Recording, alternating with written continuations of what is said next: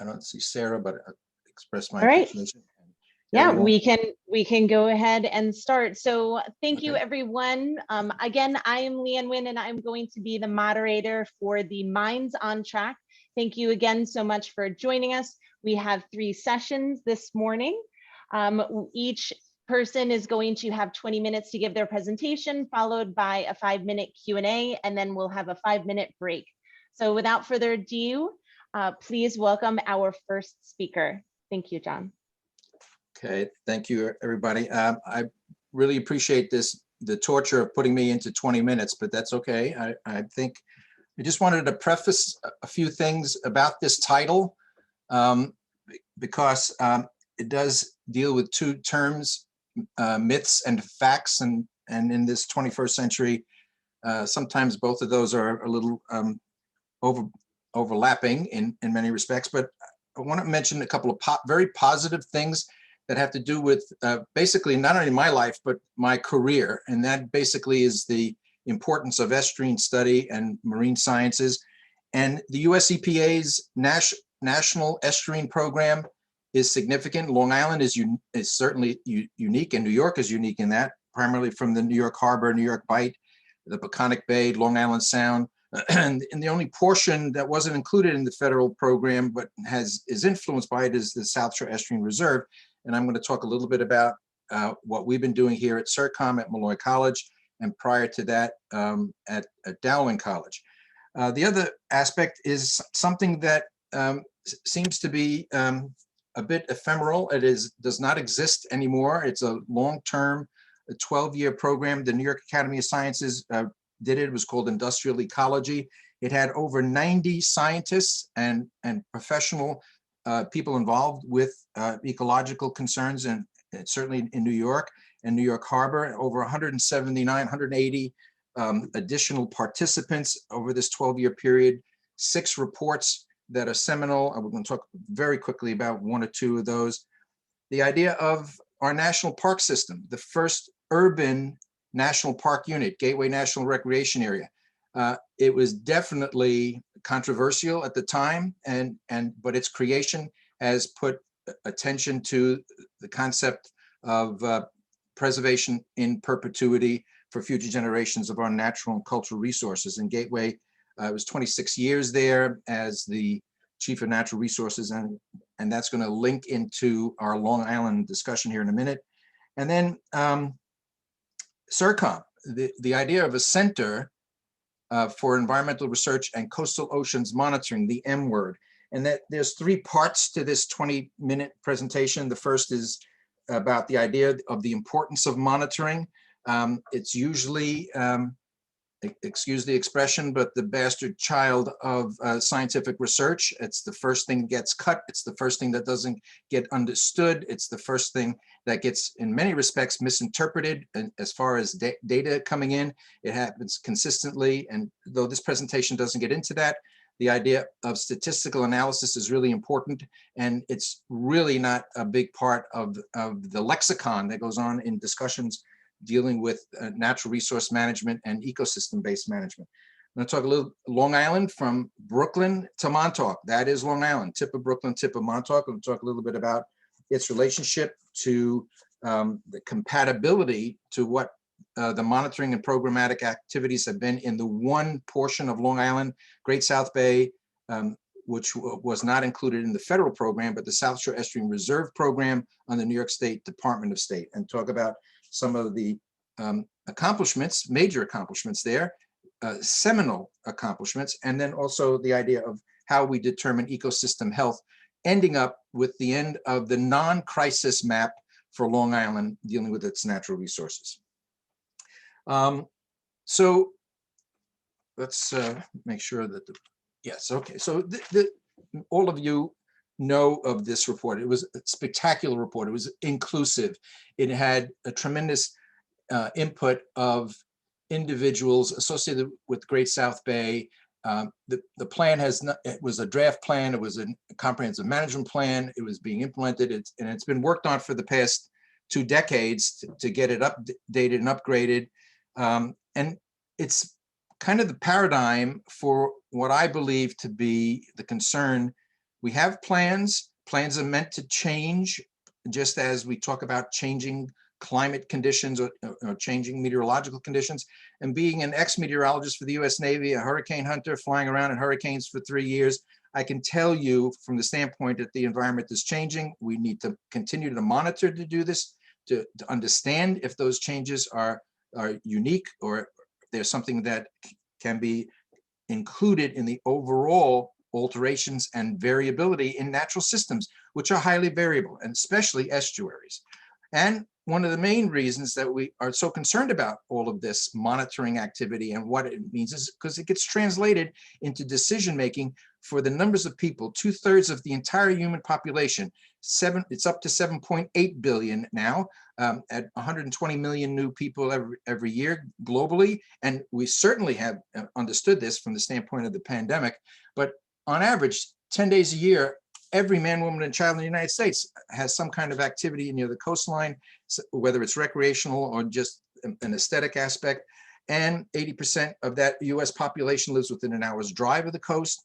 1/3 of all the original coastal estuarine ecosystems that were originally in the United States are gone, or the only part that remain. That is critically important. And estuarine systems have been identified over and over appropriately as nursery grounds and places in which the beginnings of ecological or marine food chains begin the entire connection between the land and the ocean. This ecotone, this dramatically changing ecotone, as by definition between terrestrial and aquatic environments. And estuaries can be really simplified real quick. They can talk to what is highlighted in yellow there. We can deal with nutrient input and solar input from photosynthetic activities for phytoplankton, dealing with zooplankton, and dealing with detrital or decomposing periods of benthic resources. But benthic resources are ecosystem portions that are not easily available.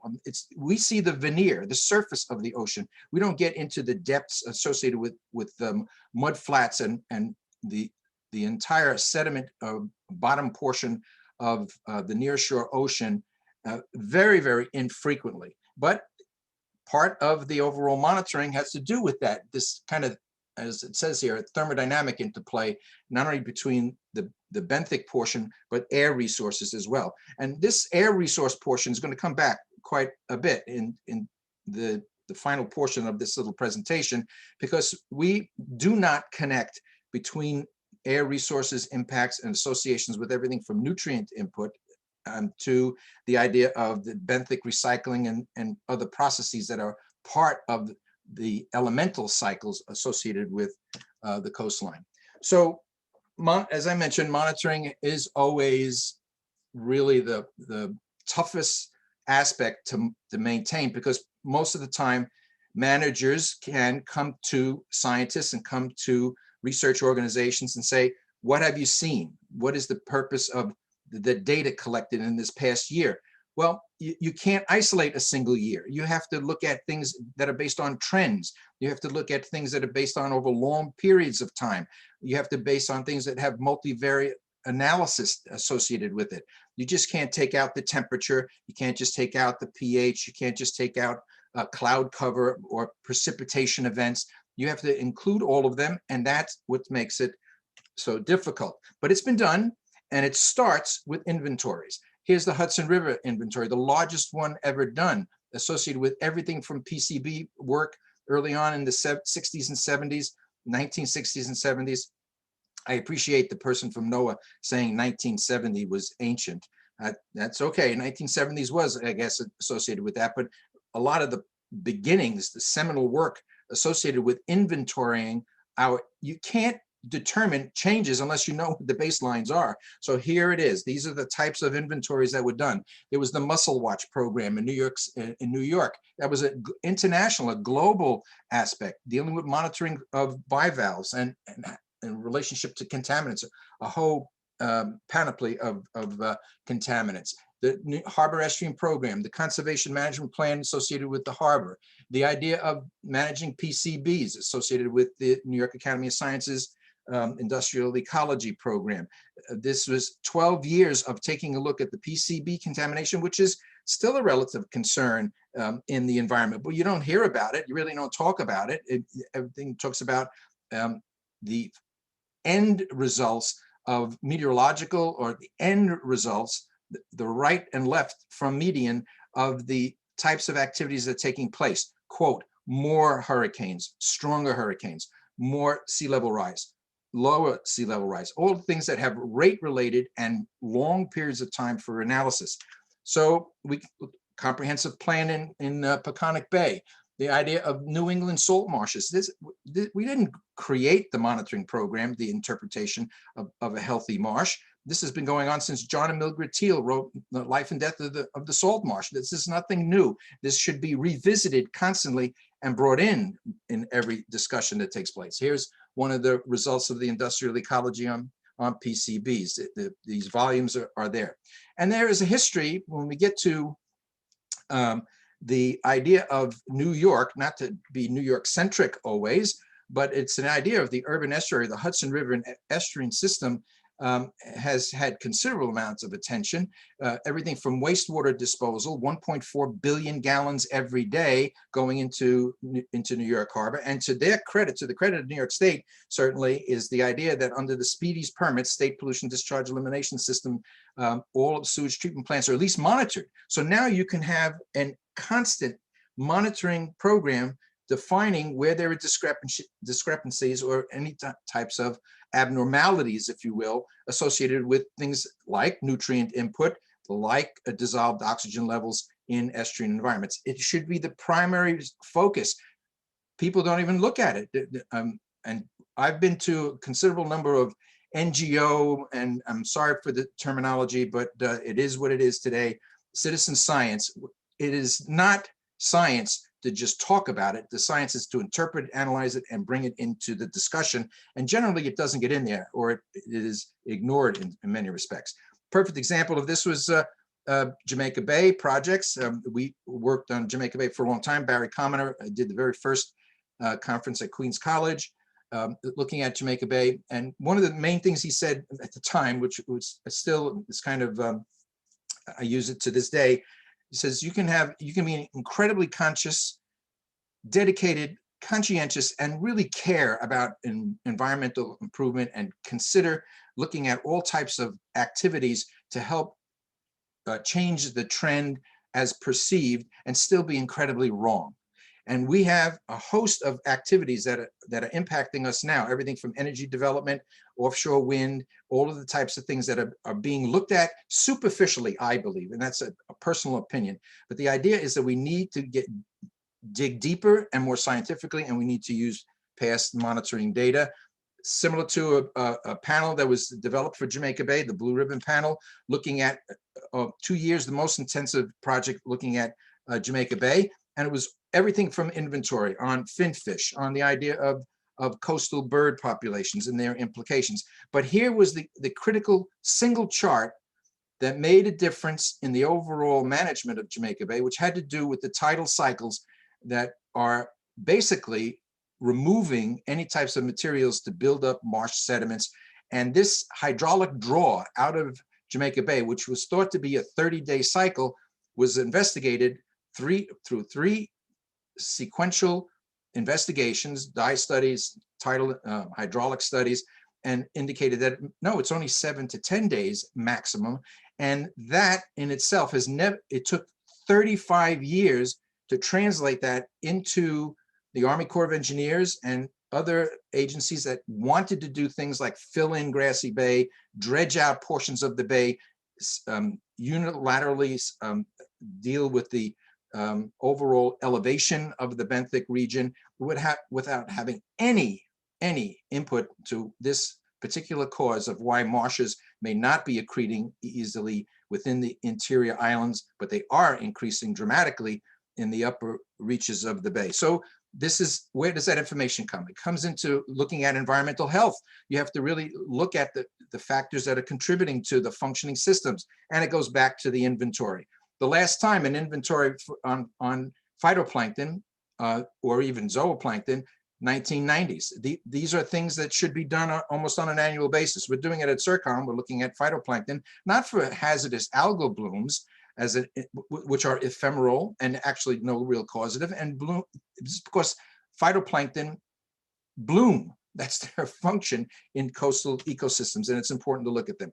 We have 115 locations for horseshoe crabs. We've identified the problem, not so much in numbers. Any conservation biologist worth his or her salt understands that it's not just numbers that lead or directly result in extinction events. It has to do with habitat. It has to do with the ability to reproduce. And here we have the impacts on horseshoe crabs, everything from harvesting before they can get ashore and to these sites to nest, and from the standpoint that they're being taken and hauled out of the ocean at a rate that New York State has been declared as managing its horseshoe crab program poorly by the Atlantic States Marine Fisheries Commission for the past 3 years.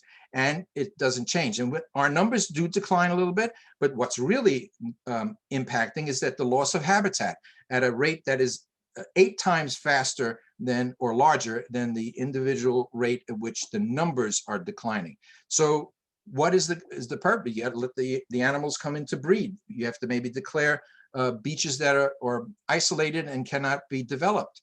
These are all types of things. There's only one place on the East Coast of the United States where the population is at least considered stable. And again, that's debated to some extent, and certainly in my mind, but it's debated, and that's the Carl Schuster Preserve in Delaware Bay. But that doesn't exclude it from being harvested, because once they come out of the boundary of the preserve, they're subject to collection. And New York State issues permits to do that. And we've been monitoring pH since the early 2000s, and there's a decline. What its significance is, well, it's subject to discussion. And this whole idea, it's used as a hackneyed phrase since the beginnings of the 70s, ocean acidification. So what does that really mean?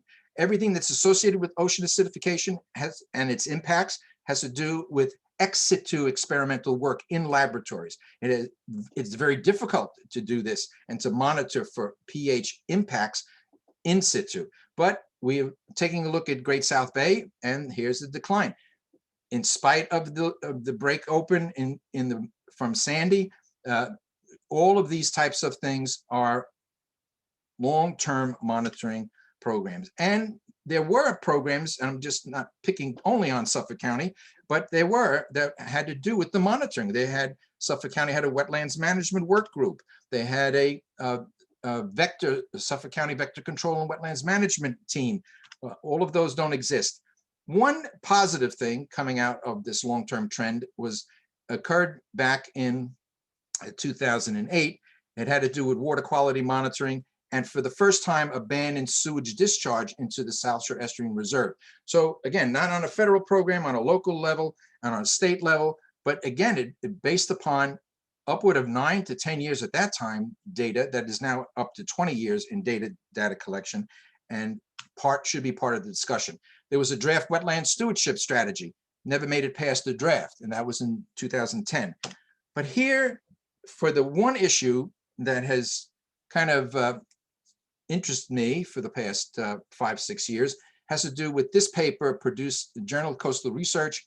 I know Ivan Villela, but the work is here that Kinney and Vivella's work had to do with nitrogen, pointing to everything associated with nitrogen as to wastewater discharge, but not just wastewater from sewage treatment plants that can be monitored by Speedy's permits, but to septic systems, and identifying over 360,000 families that now in Suffolk County, through a relatively new law only passed last year, if they replace their septic system, if they have a new house built and want a septic system included in it, which is the best control on sprawl ever invented and dating back to ancient Rome, is the idea that these septic systems now have to take on these new advanced systems, which have moving parts. And any engineer worth their salt knows that you don't put anything in the ground that has moving parts, primarily because if you have an energy outage, which we've had a few, right, in the last decade, you don't have your sewage being taken care of.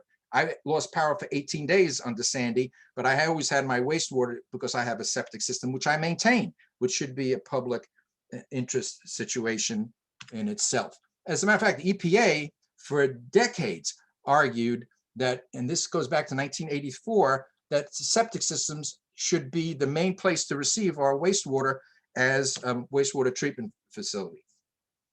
Next to last is the idea of protecting habitat, horseshoe crab habitat there. Each of the sites that we looked at, 115, this organism has a site fidelity that's amazing. These animals come back to basically the same beaches each year. They need to be preserved, and they need to be taken off, removed as bait. There should be a moratorium, 5 to 7 years, a moratorium on horseshoe crab, and to study the idea of bait. And this is what I end with. This is, as of 2021, the most amazing ecosystem I've worked in all my life, dealing with Long Island, dealing with New York. As much as I've traveled to many far off places, from Easter Island to the Galapagos, to where a lot of Mediterranean work, all of these have to do with the monitoring of these programs. And look what we have here. We have humpback whales breaching near the Verrazano Bridge, right off the Rockaways. The dissolved oxygen levels have never been as enriched in Jamaica Bay and in Great South Bay in the monitoring in the last 5 to 10 years. Just look at this whole idea. This environmental richness should be promoted, should be advertised, not said that we have a crisis.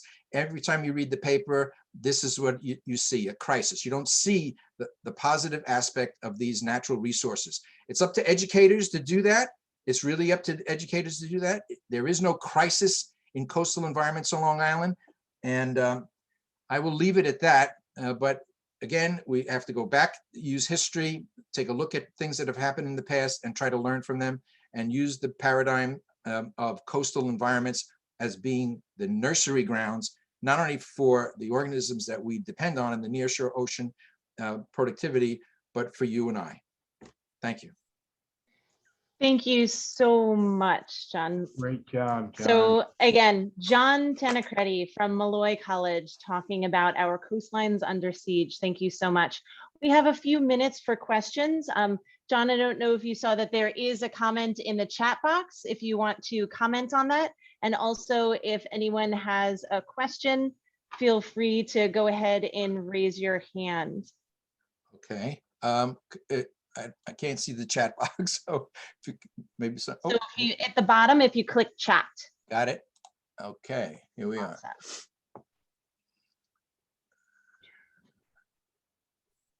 So I'll share with everyone. Yeah, I can. You said that the observations of effects of ocean acidification are just in lab studies. That's not the case. Eroded shells have been observed in pteropods in the California current. There are other studies too. Well, there are studies that investigate ocean acidification and identify this based upon the pH, but the idea of what organisms get impacted by pH, not every organism does. And we did several projects dealing with horseshoe crab molting, horseshoe crab maturation, and we had no significant change, no indication that there's an impacting level that needs to have a high priority. And so again, it's not exactly, I said the observations certainly done in laboratory need to be corroborated with in the environment. And if I was misleading there, I'm sorry that way, but it's definitely not intensive, and the level of investigation is paltry compared to what is done in the lab. It's easy enough to do things in the laboratory. It's controllable, but these things need to be done.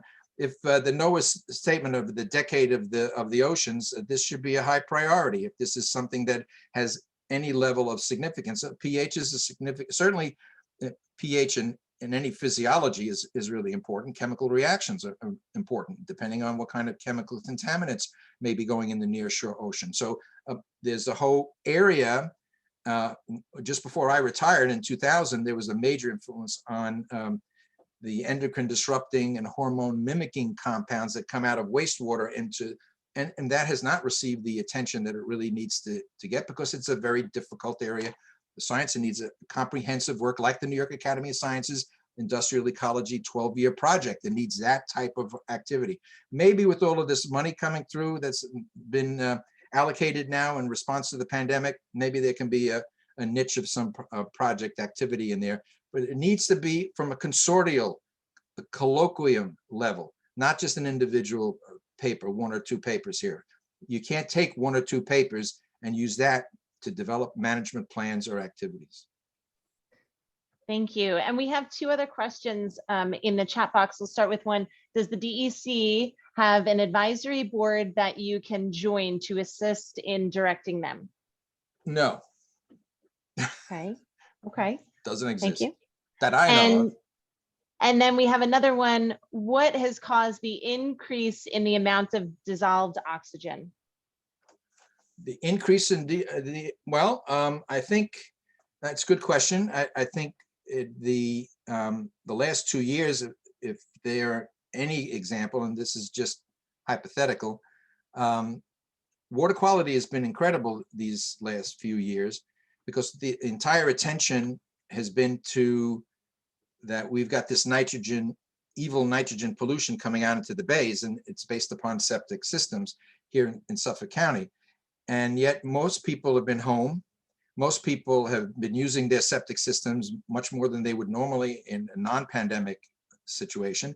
And we have no impacts on these types of things that are other than natural phenomena.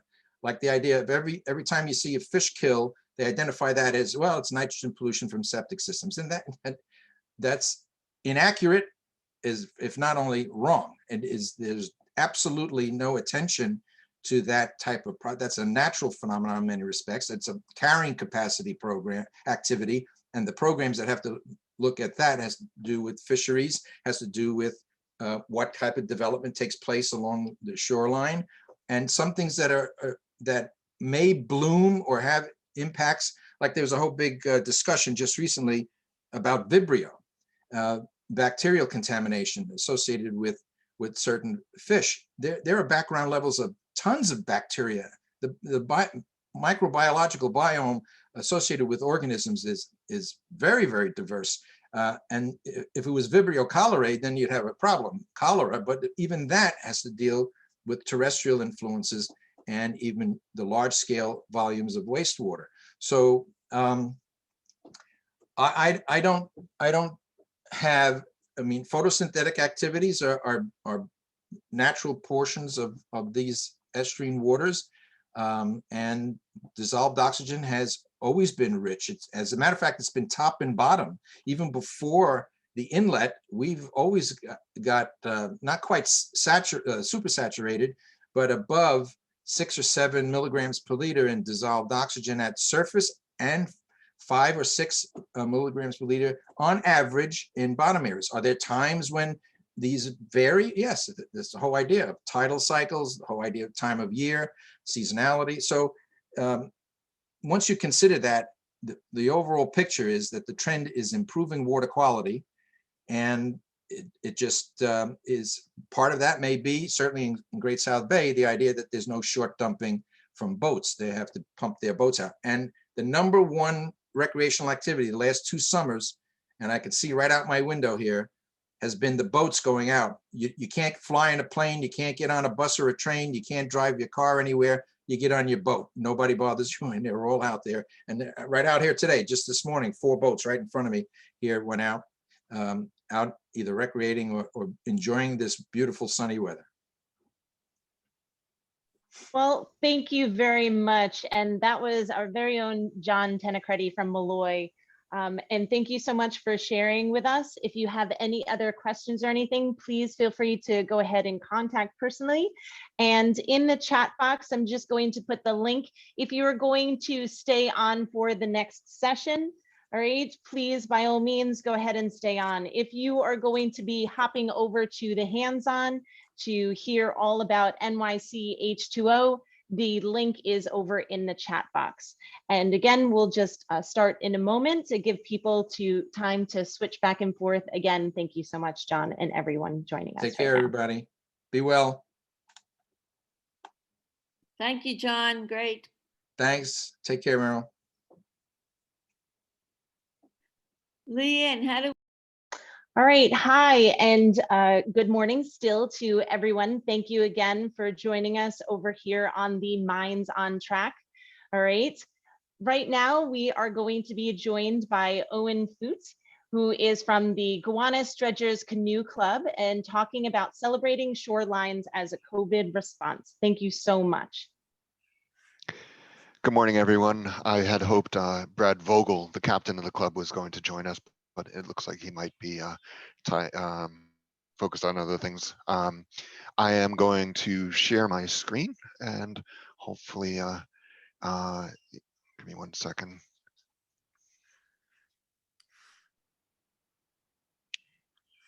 Okay, one more, patience. I just needed to make sure. So everyone can see a 220 year in review, or anyone? Yes, we are good. There we go. Great. All right. So my name's Owen Foot. I am the treasurer, one of the founding members of the Gowanus Dredgers Canoe Club. We're an educational not-for-profit, but very few of us are teachers. We're more architects, urban planners, anglers, and most importantly, recreational boaters. Here we are on the Carroll Street historic landmark bridge of our fine canal, toasting to the EPA after over 21 years. They are actually dredging the Gowanus waterway, and that was exciting, great news. Among all the other horrible news of 2020, that we chose to do an early morning hot cider toast to the contractors as they came to our neighborhood. Today, I'm basically going to be giving you guys an overview of our response to COVID-19 as that hit our city, our country, and I guess the lesson learned of what a bunch of maverick volunteers can do when faced with a crisis, and a lot of it also just comes to how do navigators respond? How do we? I hate the word pivot, but how do we gain our balance on the boats? You know, we've got ever-changing winds and tides, and so for COVID-19, that was no different. Sorry. All right, great. So our programs operate 6 feet apart. Our canoe seats are 7 feet apart. We do walking tours. People don't, you know, gather in close bunches to see some of our street art of our industrial neighborhood.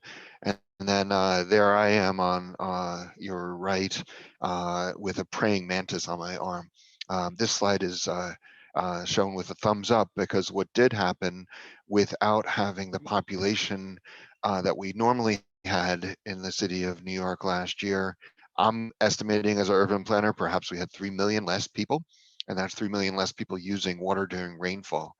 And without water being used during rainfall, overflow isn't going to be as contaminated into our harbor, and we actually saw results. And it's not just the Gowanus Canal's filthy, disgusting waterway where these results were spotted, but elsewhere throughout the harbor. Old salt navigators like myself were commenting on the rebirth as the city somewhat shut down. So the city shut down, and we took to the boats early mid-March as people were, I guess, departing and some businesses were closing. Our boaters made a makeshift sign and encouraged people by yelling at them on the bridges as we paddled the waterway saying, buy gift certificates, support local, you know, don't cook tonight, just have it delivered. Turns out that that actually was successful, and many of the businesses did get a shot in the arm, so to speak, of that effort, and they have survived the pandemic. In addition, we focused on health. So cardio, lung capacity, the folks that were surviving COVID-19 were long distance runners, people with a little extra lung capacity. And so our exercise program on the water is something we teach, how to do a canoe stroke, but you can also see a class here. We're stretching before our voyage, and then the idea is to, put a little stress on our lung capacity as we canoe the Gowanus waterway on an early Sunday morning. And we did this all summer long. A little earlier than many of the other recreational boating programs chose to, just because I guess we've always had a close connection with contamination, being that we canoe the filthy Gowanus Canal, and we've always had plenty of hand sanitizer, and we haven't shaken hands for the last 22 years. In addition, with social distancing, we had a dance performance on the water on a platform above canoes. She's incorporating activated charcoal into her dance. That's the black soot that's adorning the platform in her body. And activated charcoal is one of the remnants that remediation now elements that EPA is using, and the idea of reawakening, bringing people out, celebrating. On the bottom right photo, there's a step dance crew from our public housing project. We invite them out to our shoreline, and really, it's about emotional spirit. And you're going to be hearing me talk about that a bit, because I think that that's what this summer is also going to be about. As we reconnect with our harbors, our waterfronts, our people almost need to relearn how to commingle with strangers. On the Gowanus, we were very successful in doing that. Here we are watching Creature from the Black Lagoon, 6 feet apart in canoes on a evening voyage of on the Gowanus Canal, and those were really appreciated by many people who were down on their luck and in low emotional spirit. So that's something that we're going to continue to try to push as much as we enter into 2021 as well. Our programs have always been about canoeing, but we also are about the filthy contaminated waterway, or we might just be inviting you to come down and learn how to do the bowline knot again. For the mariners in the room, you probably know what that is, but everyone else, it's a very useful knot, as well as a bunch of others. And then we continue to conduct the high watermark tours. So one unique part about the Gowanus, it's a tidal marshland, and so today you can go into some of the basements of our buildings and actually see some of the underground creeks flowing through the foundations. If you listen at the catch basins, you can also hear the waters flow. And as the area is prone to flooding, it is exactly where nature wants it to be, because that was once marshland. So we conduct those landside tours, and that was really welcoming, particularly during COVID-19. So on occasion, weird things do happen. And last summer, a gentleman thought proposing to his fiancée on a canoe above a filthy, disgusting, contaminated waterway was a really smart idea. She actually said yes. So the end of the story, is pretty good. So like I said before, I'm the treasurer, and I just wanted to highlight, as the person in charge of the finances, we received $0 from the city to do this. From the city, from any government, this is all volunteer. We have to do a big shout out to the Billion Oysters Project, because they inspired us to introduce oysters to the Gowanus Canal. You're looking actually at seed oysters finding their way into this canal, which in the 1600s had an abundance of oysters, and once a month we bring out our cage of oysters and check on their health, and again, an educational program. Kids get to see an oyster up close, and you never know what you might find in an oyster cage. We've been doing this for many years. This year was the first time we found baby eel in our oyster cage. And again, sign of excellent water quality, and the notion of perhaps left sewage going into the waterway was indicative of 2020 and a very positive for the health of our harbor. Um, in addition, here in Gowanus, we try to keep things light. So, we have stand-up comedians making jokes at the shoreline.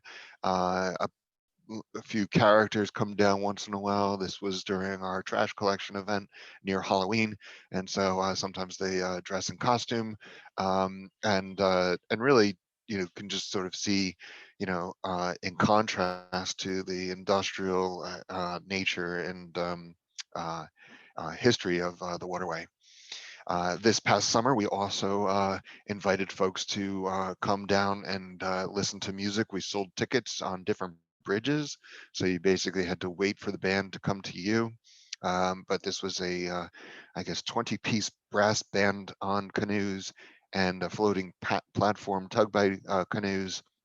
Um, we have been doing Americana music on the shoreline, again, in the spirit of um, gathering with some distance, and then also as far as education. So, clearly, we're an environmental advocacy organization, but first and foremost, you need to connect the New Yorkers with their shorelines and make them passionate for its restoration and revitalization.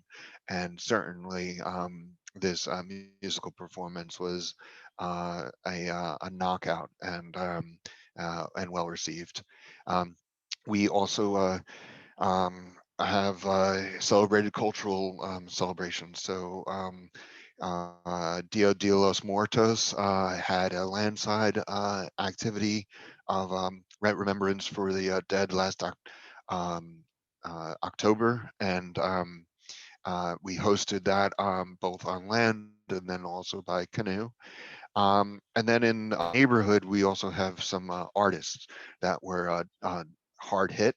Um, a lot of artisans are waiters and waitresses by day, and so they were struggling to pay their rent. And what we did was a raffle of certificates to local businesses. So first, we bought certificates. So we spent about $2,000 and purchased certificates from about 50 different neighborhood establishments, restaurants, bars, sometimes creative venues, craftsmen, educational activities. And then we raffled them off, and we turned out with over $2,000 profit. And then you can see the handoff of the check from canoeist to artist on one of our bridges, symbolically passing that. And with that extra $2,000, they were actually able to sustain their art advocacy of our community. Um, Environment, you guys are all on top of this part. Here we are. We were just talking about horseshoe crabs earlier on today. Uh, this summer, we found one that was released in Dead Horse Bay. Unfortunately, by the time it made its way to the Gowanus, um, it was no longer thriving. But we are counting mussels along the shoreline, and then we have a plethora of avian life as well as aquatic life. Our striped bass do quite well in the Gowanus. Then they head back out to the rest of New York Harbor. Um, I like to think that they also get potentially harvested and caught, and then they come back to the Gowanus in our Whole Foods and are sold at $7.99 a pound. Um, and that's how we, I guess, communicate the full cycle of why our harbor needs to be clean, because the fish that you're seeing in the Gowanus are not staying in Gowanus. They're actually leaving disappointed because we still don't have the bottom growth that we'll have after the EPA Superfund program is complete. Advocacy continued. Everything from celebration of different cultures to you're looking at some darker photos because we had a nighttime event to get out the vote. This was on the evening before early voting. We had a drag queen opera singer on one of the boats that was affiliated with the Billion Oyster Project, and then we had a French quartet jamming out some music from canoes. Quite a celebratory moment. Advocacy was a big part of 2020 for us. First and foremost, we made a big sign right across from the EMS station that happens to be on the shoreline of the Gowanus Canal. The first responders really were moved by that. It was before a lot of the signs went up. So we were, I don't know, just out there in front and center. We were one of the few boats that went out to greet the U.S. Comfort as they came to New York Harbor to help us with our response. And then, of course, the social justice issues that many people wanted to have front and center got a bigger splash because they happened to engage with the waterfront, and floating on canoes sometimes gets folks noticed. One thing in New York City that's been unique is community fridges have opened up. And Gowanus, we have one, and we also have been collecting food by putting canoes out and having donations. But the unique part about this is these refrigerators are all over our city, and it's just folks are donating food. This one happens to be very close to the Whole Foods on the Gowanus Canal. So I'd have to say some of the food inside is quite luxurious. um, and then other times it's really pre-prepared meals that somebody spent a lot of time and put them in containers. And I would have to say that the refrigerator does get a lot of people who are in need, and it's really been something just amazing to see our community come together.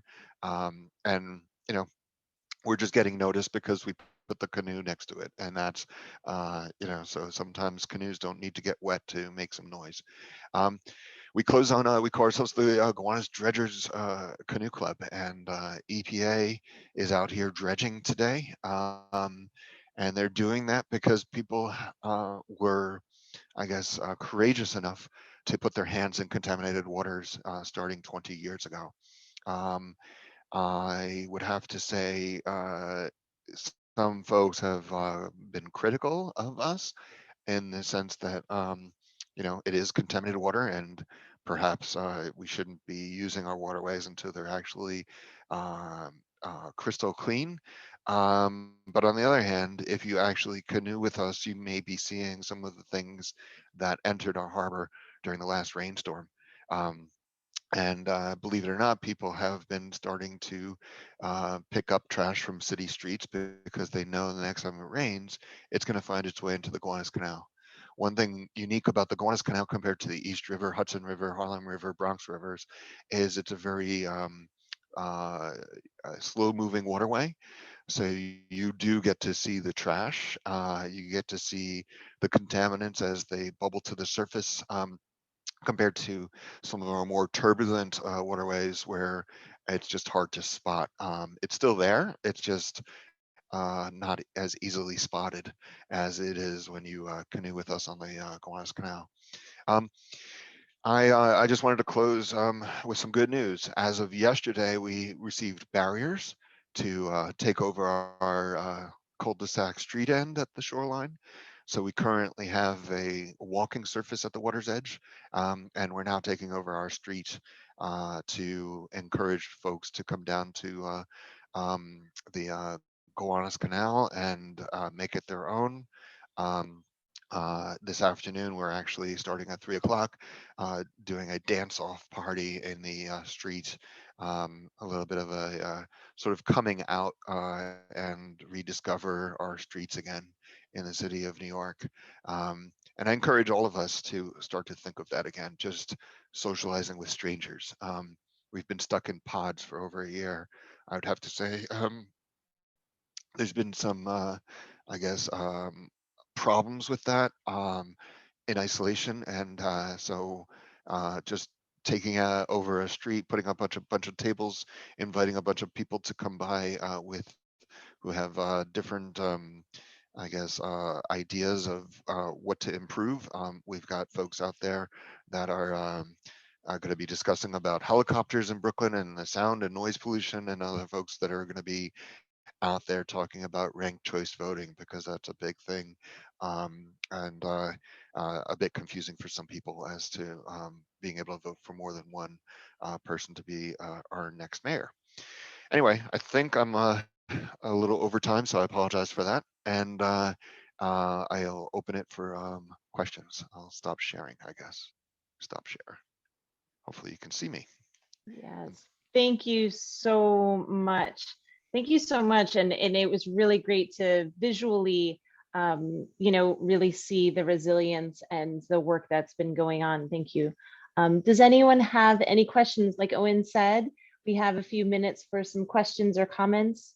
If you want to go ahead and pop them in the chat box, or if you'd like to raise your hand or take yourself off mute, we can take those.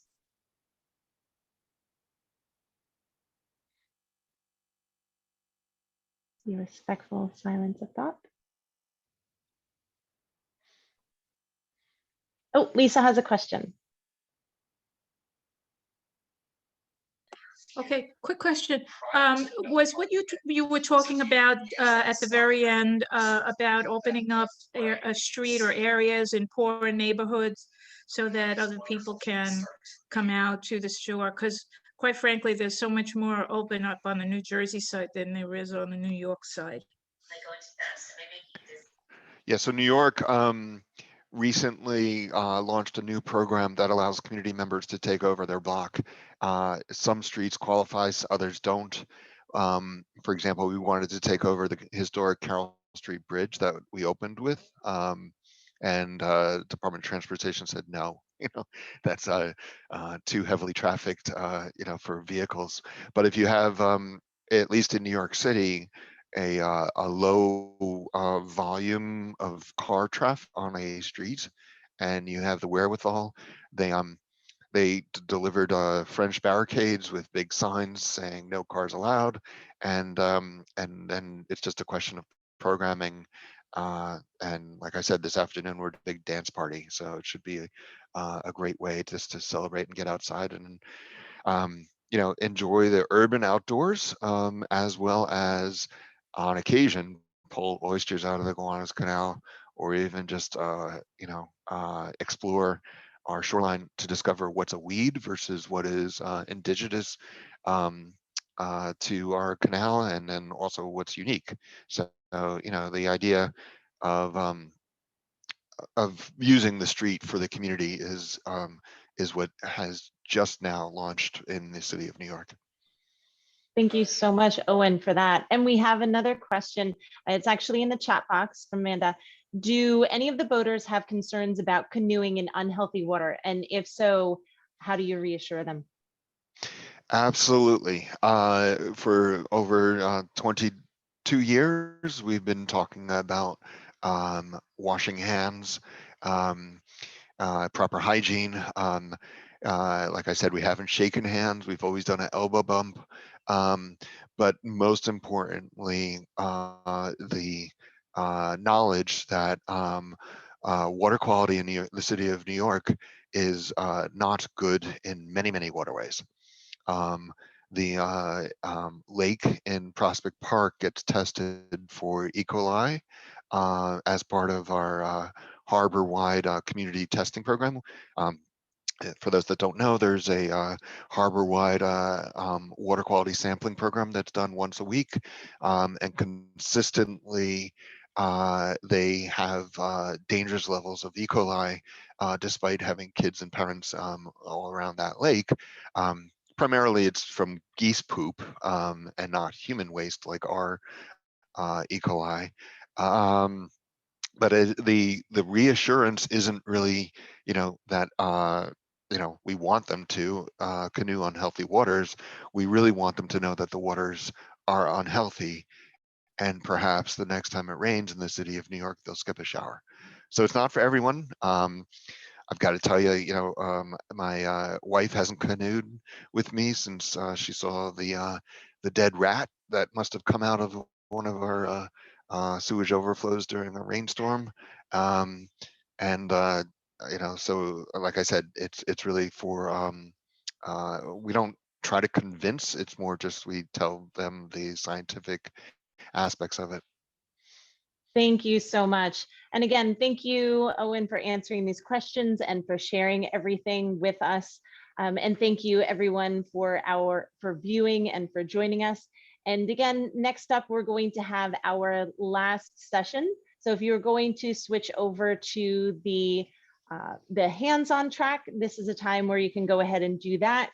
If not, please stay tuned because we are going to have Judith Weiss from Rutgers University next up in a few moments. Thank you.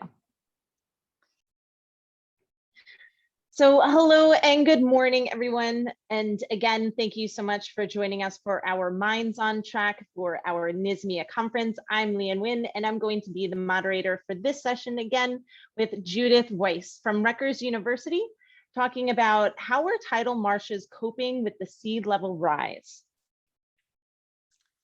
Morning, everyone. This talk is not going to be quite as upbeat and cheerful as the last one. So be prepared for, some fairly bad news. First, let's look at what is a salt marsh. I don't know if everybody is familiar with salt marshes.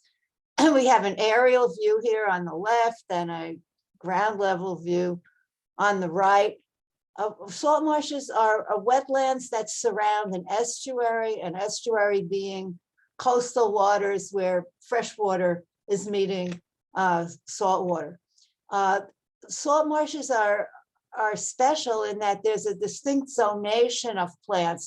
For example, you can see certain plants growing here at the edge and then other plants behind. That's what we call zonation. The low marsh, which is the part right by the water here.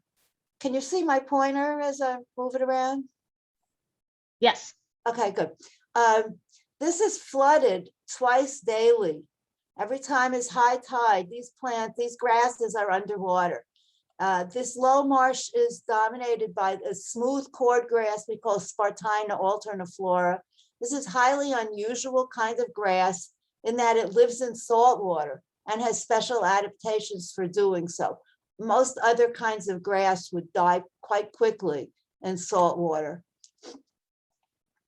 This is just a side view of the zonation idea, the water being here, and at high tide, the water will be coming up about this far, covering the cordgrass zone, the low marsh. And then here is the high marsh with a diverse bunch of other species that are also salt tolerant. These are not covered by water, except perhaps in severe storms, but they are living in soil that they're growing in. Their roots are in salty soil. So these plants are all salt tolerant.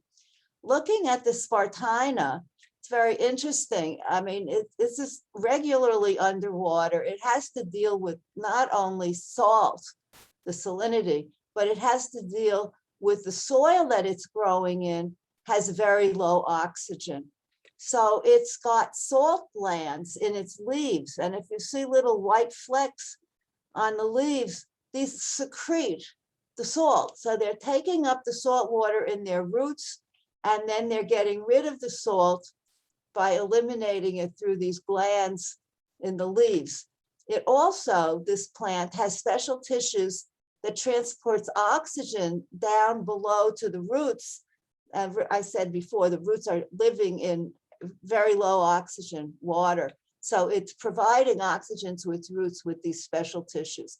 So special unique adaptations to live in salt water. Now, what the salt marshes do, they're very important habitat for all sorts of marine organisms like fish, shrimp, crabs, and also for birds and mammals. It's a stopping off place for migratory birds. It's a habitat for raccoons and muskrat and other mammals. You'll sometimes in areas find deer out on salt marshes also. Salt marshes are very highly productive. When you think of an ecosystem that's highly productive, you're likely to think of a tropical rainforest. Well, salt marshes are equally productive to tropical rainforests. They also are important in controlling flooding and storm surge, and thereby protecting communities of people that live nearby. And filters the water also, removes pollutants.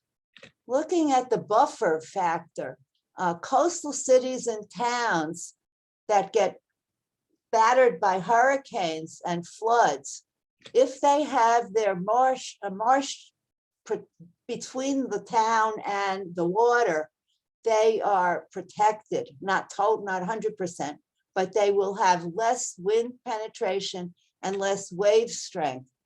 And after Hurricane Sandy, studies found that towns with marshes had about 1/4 less expense of the storm damage after Hurricane Sandy. So the more marsh they had, the better protected they were, which is a good reason to preserve a marsh. In addition to all these other things, they help to stabilize the shoreline, prevent erosion, improve water quality by filtering, storing, and breaking down runoff, the pollutants in runoff. Looking at the productivity, which I mentioned before was extremely high, comparable to a rainforest. Few animals actually eat marsh grasses while they're alive. However, in the fall, when the leaves die, they will fall onto the marsh, onto the sediment, and decompose. Decomposition is a process that bacteria and fungi do to dead animals and plants. And the decomposition creates detritus. On the left is a picture of detritus, it's dead plants, plus the microbes that are decaying them.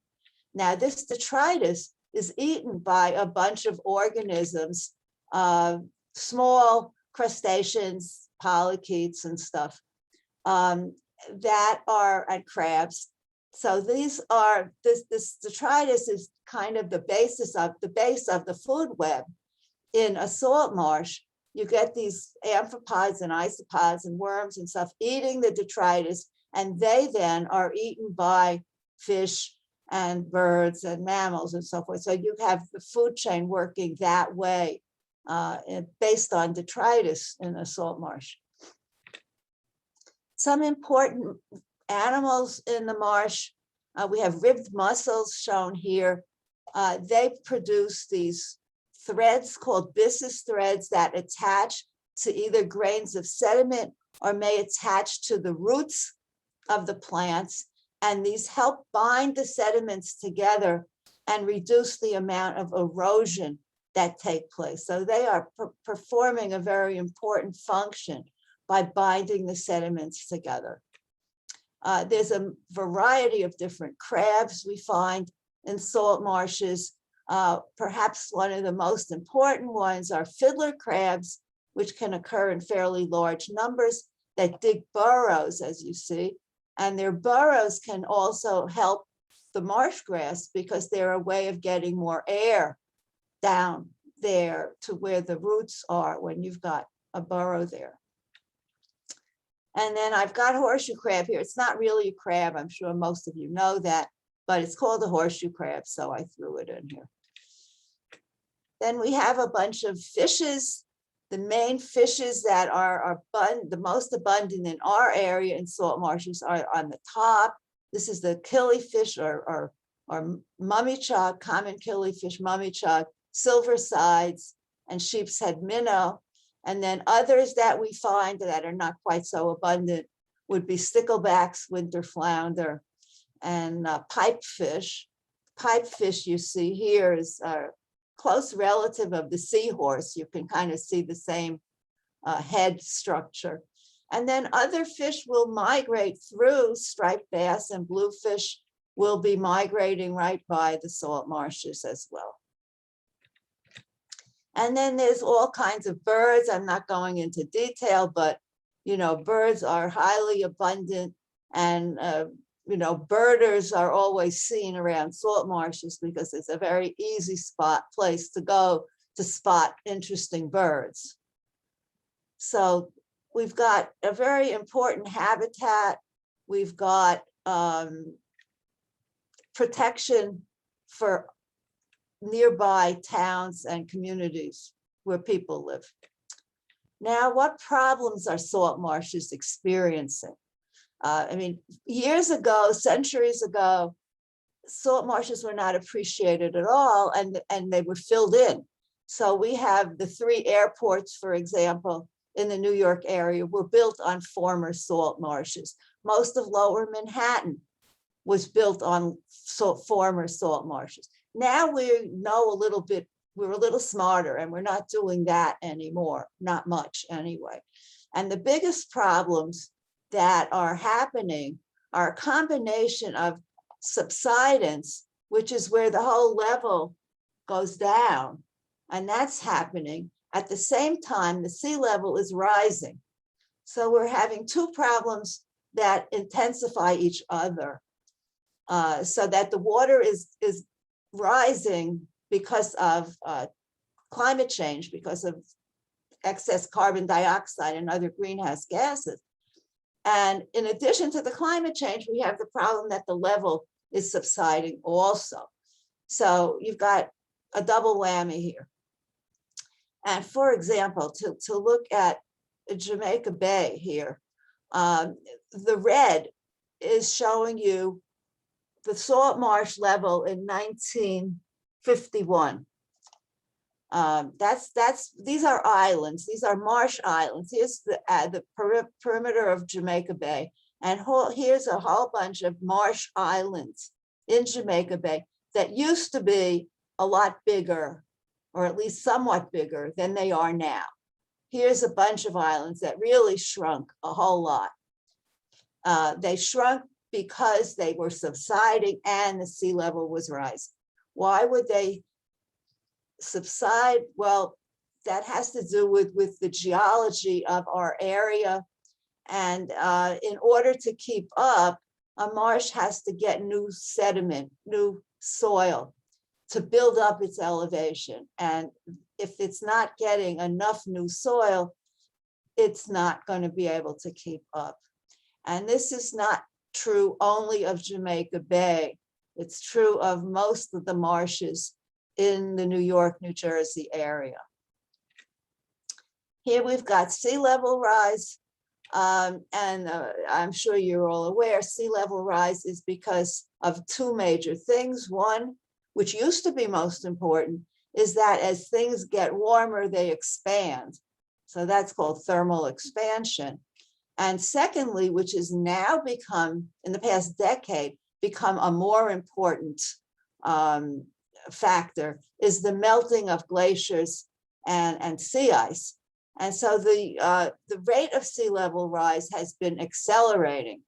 And in our area, it's between 5 and 6 millimeters per year.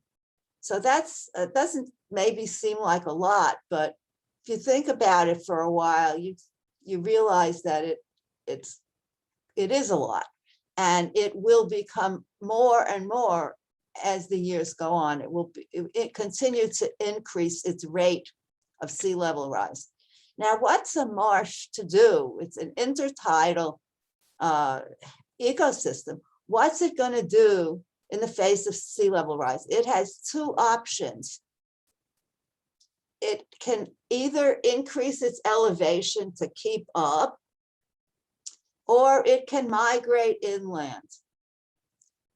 A symptom of a marsh in trouble is having pools of water on the surface at low tide. A healthy marsh, all the water will go off when the tide ebbs, and then it will all come back when the tide floods. But if you've got a low tide and you've got ponds and pools on the marsh, this is the marsh in trouble. It's the grasses are not adapted to being underwater full time, and they will die. So you now have parts of the marsh that are replaced by mud. So we're having bare mud in these areas that have turned into ponds at low tide. So we have a situation over time where you start with mostly marsh. I mean, a healthy marsh is marsh completely. Then the beginning symptom, you're seeing mostly marsh and some water, which then becomes mostly water with some marsh, which becomes all water, open water, and your marsh is gone. So that's the way a marsh, one way a marsh disappears because of sea level, not keeping up with sea level rise. In addition to that, the marshes are losing their area. This is just some pictures of the same marsh in Delaware Bay, New Jersey, from 1930.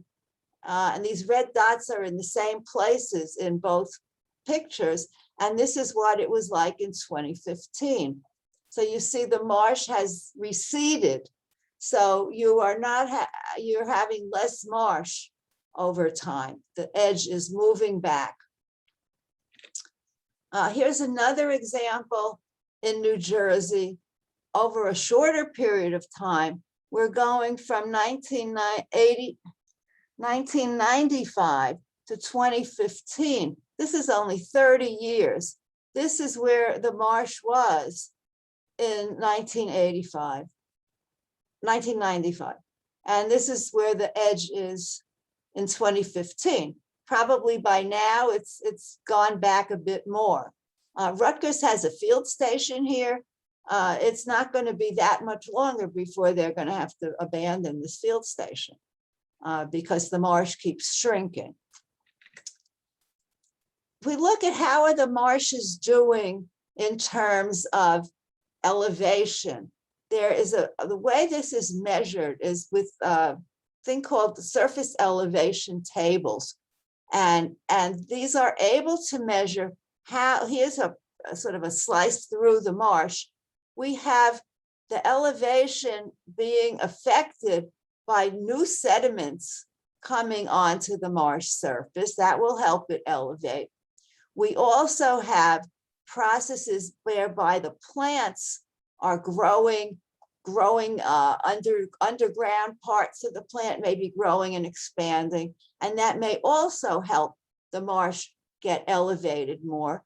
And then on the other hand, we have the issue of subsidence, compaction, and decomposition, all of which are tending to make the marsh lower.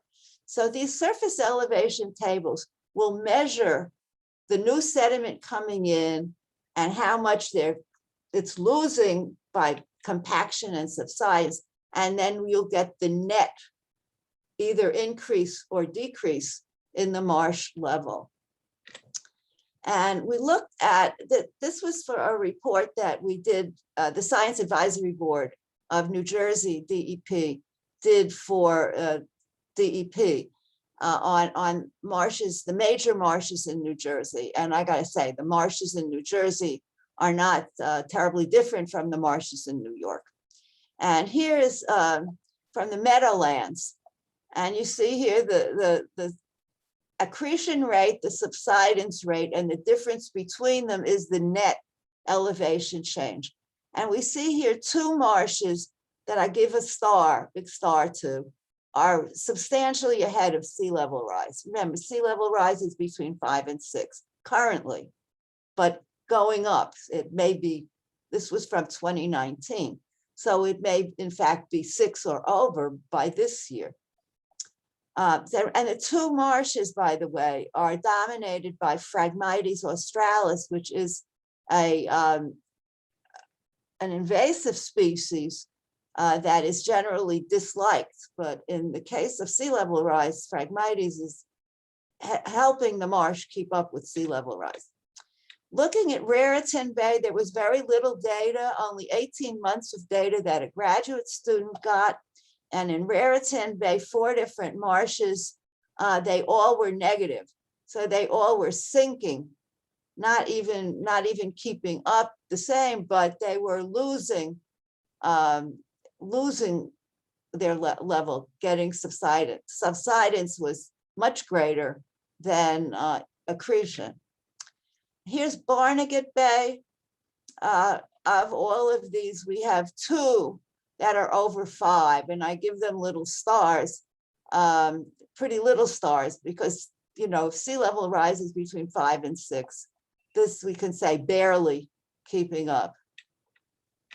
And in Delaware Bay, we had 5 of the measured marshes that were over 5. So again, these get small stars because they're barely keeping up. And a few more years, if they keep at these rates, they won't be keeping up anymore.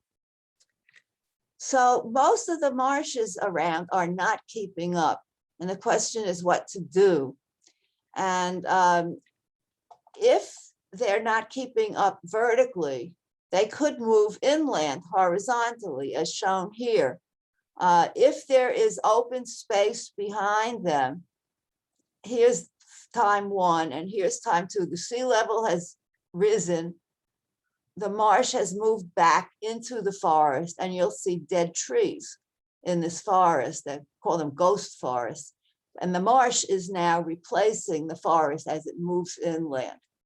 But in that developed areas may not have a forest behind them. They won't. They will have development behind them. They will have roads, houses, and so forth, and lots of other things behind them. So that's referred to as coastal squeeze, which I think, I love that term. And what's the marsh going to do? You know, it's got the water coming up at one end and a hard place on the other end. So the idea is to protect the marsh, the land, upland of the marshes, buy out houses, property, let the community build, you know, buy out houses and things that are in the way. And if you can remove a road or elevate it, you know, make room for the marsh to move inland. So that's the idea of finding migration pathways. This is not easy, and it's in the hands of local towns and municipalities that are in charge of land use. And there's issues when dealing with, you know, poor people, minority communities, and so forth that may be living in these susceptible properties in these neighborhoods. And, you know, it runs into all sorts of sociological, political issues, and it's not easy. Something else that could be done is changing the way we manage Phragmites. It is usually removed, sprayed with herbicides and removed. However, in its defense, it supports a lot of life. It is not quite as good a habitat as a Spartina marsh, but it is pretty good. And it also enables marshes to elevate faster and keep up with sea level rise. As we saw, the 2 marshes that got big stars were 2 Phragmites marshes in the Meadowlands. All the other marsh systems we looked at, nothing was doing better than a 6 point something. These we had a 8 point something and 11 point something increases. So they are doing much better with regard to sea level rise. Also, dense, tall plants make a better buffer. And Piermont Marsh, it's been found the places that had Phragmites in front of them did much better with Hurricane Sandy than the others. Phragmites also sequesters more nitrogen and sequesters more carbon dioxide, which helps mitigate climate change. So we say leave some in place to help the marsh survive. Another approach is to increase the elevation by spraying sediments onto the marsh surface. As you see in these pictures, you can also see it's not pretty. You're killing the plants that are there. You're putting some level, some amount of inches of new mud on the top. And you can either wait some years for the plants to come up through it, or you can plant seeds of plants on the new upper surface. It takes the marsh a few years to recover from this. And of course, the big issue is how thick to make it. If you make it thin, it will recover sooner, but it will have to be done again in a few years. So this is an expensive, difficult procedure. So you don't want to have to do it every 5 years. Jamaica Bay, which we looked at before, did a project, the Army Corps of Engineers was doing a harbor deepening project and had lots of surplus sand. And they took the sand and put it on some of these islands in Jamaica Bay that were really on the verge of disappearing, and added new sand to enlarge them back to the 1974 size, and then got a lot of volunteers, including yours truly right here, to come and plant some new Spartina there. So this is, getting people involved in it. It was a fun thing. Then the final issue to talk about has to do with the loss of marsh area, the erosion at the edge. And you can see here an edge that's concave because of erosion. Now, this is a side view and you see what happens. It erodes and then the plants and the chunk of marsh will fall in, and that's why the marsh is receding. Put something here, put something right there. It could be a core log, which is coconut fibers, or an oyster shell. Very commonly they use oysters reef, and that will protect the marsh edge from the erosion. And they call this a living shoreline. And here is one right here in Manhattan. There is a salt marsh here in northern Manhattan in the Harlem River called Sherman's Creek. And the New York Restoration Project has put out, these are called oyster castles. And I don't know that they will support oysters. Probably in Harlem River, they're not going to be growing oysters, but they are providing a buffer against this marsh, against erosion of this marsh. So this would be a fun place to take a field trip for a science course, biology class. Anyway, so to sum up, the marshes are not keeping up. We have problems. And there are 4 things. I mean, there is the pathways, which is difficult politically and socially. There is changing the way we alter Phragmites, manage Phragmites, which is going to require a big change in attitude in the community, the marsh managers who hate the plant. Or there is the spraying new sediment or the living shorelines, both of which are very expensive. They're experimental, but they are showing promise. So I think I'm done. So thank you. Thank you. So in just being respectful for time, everyone's time and so forth, we don't have any time for questions. But again, thank you so much for Judith. And at this time, I would just like to invite everyone, to say thank you so much to all of our morning presenters. Feel free to go ahead and use the little emojis, or go ahead a silent clap, or take yourself off mute by all means. Thank you so much for our 3 presenters. At this time, I am not going to end this Zoom as this is our main room, but I'm going to pause the recording and we are going to move into our lunch break. Okay, so right now. Hello and good afternoon, everyone. Thank you so much for continuing on and or joining us for the Minds On segment or the Minds On track. Okay, again, there is a separate link for the hands-on track. This is the Minds On track. This afternoon, we have 3 wonderful sessions here to continue on with our NYSMEA conference. I am Leanne Nguyen, the moderator, and we are going to start today with our first talk by Artie Kopelman, Coastal Research and Education Society of Long Island, discussing My Decades Among the Seals of New York.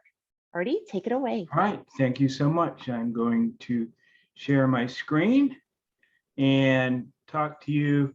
I know having 20 minutes is tough always when talking for me to talk, but I will, and I'll talk to you. There's a choice of talking about the diversity of species of seals here, or to talk about the long-term monitoring that has been taking place at my site for 17 years. So I'm going to talk about the seals, to get an idea of what we have here.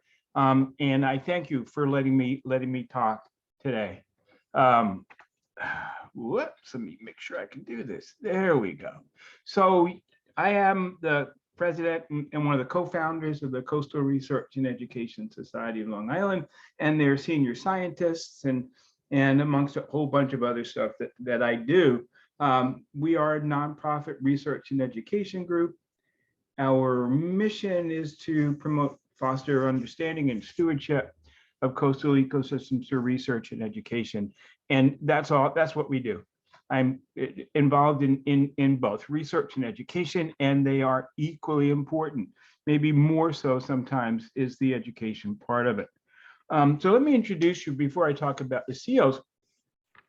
I want to introduce you to some of the other, let you know that the seals and pinnipeds are not the only marine mammals here in New York. We do have cetaceans, whales, dolphins, and porpoises, and we occasionally get visited by manatees, although not in a while. We have 19 different species of cetaceans in the waters of New York out of the total of 92 known species that exist today. That's about 22%. And of course, I want to talk about seals, right? So seals belong to a group of mammals called pinnipeds. There are 33 extant species of pinnipeds in the world in 3 different groups. One are the walrus, the otobenids, and there's 1 species, and they, of course, as you probably know, have an Arctic distribution, so we're not going to see them in the wilds of New York, although I think we can find some still at the aquarium in Coney Island. There are 14 different species of what we call the eared seals, the otariids, and they are include sea lions and fur seals, and they have a distribution in the Pacific Ocean only in the wild. So there are no sea lions here in New York, except at zoos and aquaria. What we have here are what we call the true seals, also known as the earless seals or the phosid seals. And there are 18 different species across the globe. And here we have one incredibly common species, another one less common, and a whole bunch of really rare ones. But that's what I want to talk about. The pinnipeds have been around for about 25 to 27 million years, and their closest relatives are bears. So they share direct common ancestry with the ancestors of bears, right? In terms of the different groups of seals, a lot of people kind of try and figure this out. Why is some called eared seals and others earless? And it's pretty clear. The otariids have external ear flaps. Look here at a harbor seal, and we see an opening to the ear. They have ears. They're not earless, but they don't have external ear flaps, so they're called earless seals. Go figure. Other differences, the true seals are incredibly deep divers. These are the eared seals shallow, the walrus incredibly shallow. This is our most abundant seal here, and that's the harbor seal. They've been known to dive to 600 meters, right? They're kind of on par with the toothed whales that are incredibly deep divers. In fact, all of the early work on diving physiology was actually deep diving physiology was done on faucet or true seals. Other differences, you've probably seen this in an aquarium, a fur seal or a sea lion rotating its hind lip flippers and then being able to sort of move on land on all four. Whereas true seals can't do that. Their hind flippers don't rotate. They move on land on their bellies. And this is a female by the name of hammerhead right that I've now seen every year for 15 years. And she's scooting off into the water. If they're on ice, they can dig their nails into the ice and pull. Other adaptations for life in the water. Obviously, their limbs are outwardly adapted as flippers, but the underlying structure is essentially ours, right? 5 digits on each limb, each with a claw, a nail. On the front flippers, there are wrist-like bones, followed by the radius ulna, humerus connected to the scapula. On their hind flippers, 5 digits connected to ankle-like bones, and then tibia, fibula connected to the femur, connected to the pelvis. The same pattern, it's sort of typical mammalian pattern, except they're externally adapted as flippers. They have hydrodynamic shape, so they can swim through the water with limited resistance. They're also well adapted, like other marine mammals, for holding their breath. It's called breath hold breathing or apneustic breathing. And typical pinnipeds can hold their breath for at maximum about half an hour. They also live in a medium that removes heat 25 times faster than air. So they are adapted perfectly well for staying warm. They've got their fur or hair, if you will. They also have incredibly effective insulator in blubber, which also gives them their hydrodynamic shape.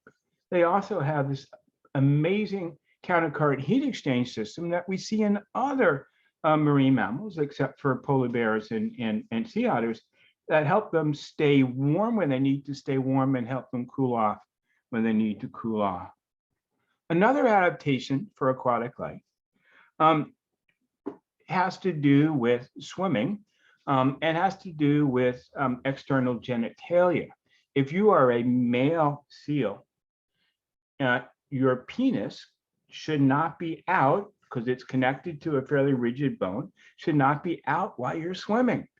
It's an incredible impediment to moving well. So in pinnipeds, the penis is kept internal until necessary. So that we see, way to tell male from female is to look for this. This is the penile opening that you will not see in a female. In a female, again, we have our umbilicus here, and they have 2 or 4 teats. So let's do this. Can you tell what flavor this is? Male or female? Right hand for male, left hand for female. Yeah, this is a female, right? That's the umbilicus. These are 2 teeth. This is a female that is kind of dry, has been on rocks for a while, and is also molting, shedding. This is a young one, and shedding her fur, and it's being replaced. Pinnipeds are marine mammals, but they are tied to the land or ice for a couple of things. One thing is birthing. They give birth on land or on ice, every one of them. They also go onto land or ice for resting, to some extent thermoregulation, and some extent interactions. So the behavior of coming out of the water onto sandbars, like this one here in Shinnecock Bay, or onto rocks, or onto floating vessels or docks, is called hauling out. They haul out. And of course, haul out allows researchers to get an assessment on the number of individuals and the variety of species, and also for me in my work with harbor seals to identify individuals based upon the markings on their fur, on their pelage. Haul out is always, except for floating docks or vessels, always associated with tide. So here at this haul out site, and also the one I work at Cubsog, they haul out about 3.5 hours, typically before low tide, and will remain out for 7 to some cases 10 hours if undisturbed, but that's a very big if. There are other places where they only can access their haul out site at high tide. So there are, as I said, a variety of different species that we have here. Our most common seal here is the Atlantic harbor seal. It's known in Europe as the common seal. It's known in the early naturalist work here in North America as the common seal. Atlantic gray seal is sort of an order of magnitude less common. And then the harp seal, even another order of magnitude less common. And then we have occasional hooded seal, ring seals, and bearded seals as well. So to give you an idea, my work takes place for the past 17 years, but 15 years consecutively at a haul out site in Moriches Bay at a place called Cubsog Beach County Park. And to give you a sense of what I've seen over time, I've had close to 28,000 seal encounters there. That's not 28,000 seals, but it's a lot.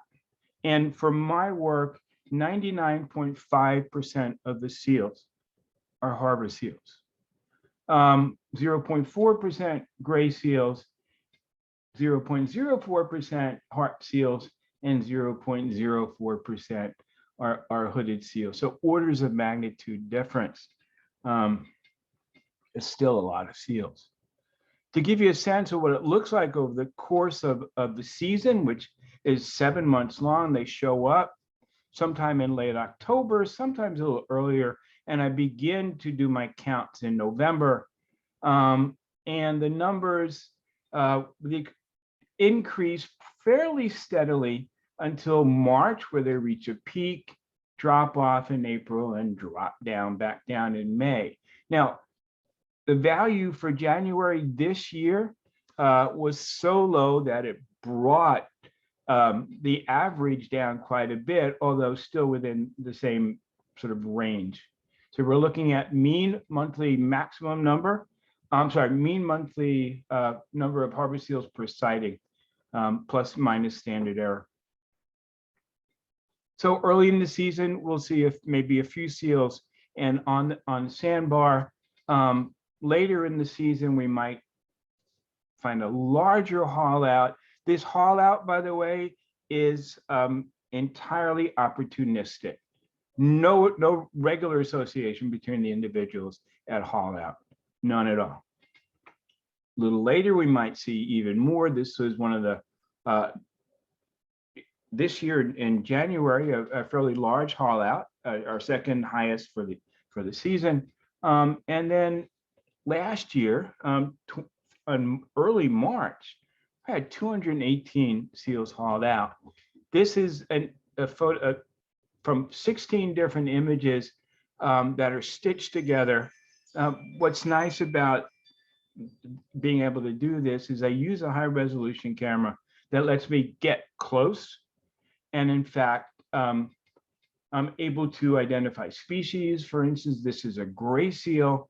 And of course, if it were hidden behind this one and not be able to tell, and I can also identify individual harbor seals based upon their markings.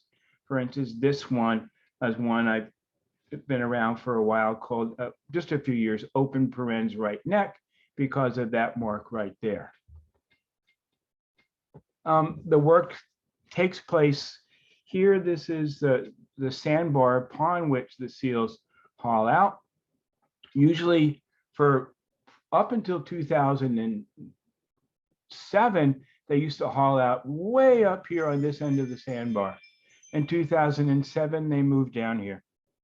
And we're down here until late 2020, when they moved to a different spot way up over here. An area that is not often used, but it's used, especially when they are disturbed from this site. This was the 2006 site. This is the 2007 through 2020 site. And this year, spent a few times up here, but much of the last 3 months were here, where they used to haul out. These represent positions taken while collecting data on seal numbers using ArcGIS survey 123. How am I doing? We're doing okay. So people look at seals and say, ah, they're so cute and cuddly. And I'm here to tell you and tell everybody else that they're not all cute and cuddly. They've got teeth. And here is my friend Hammerhead Wright.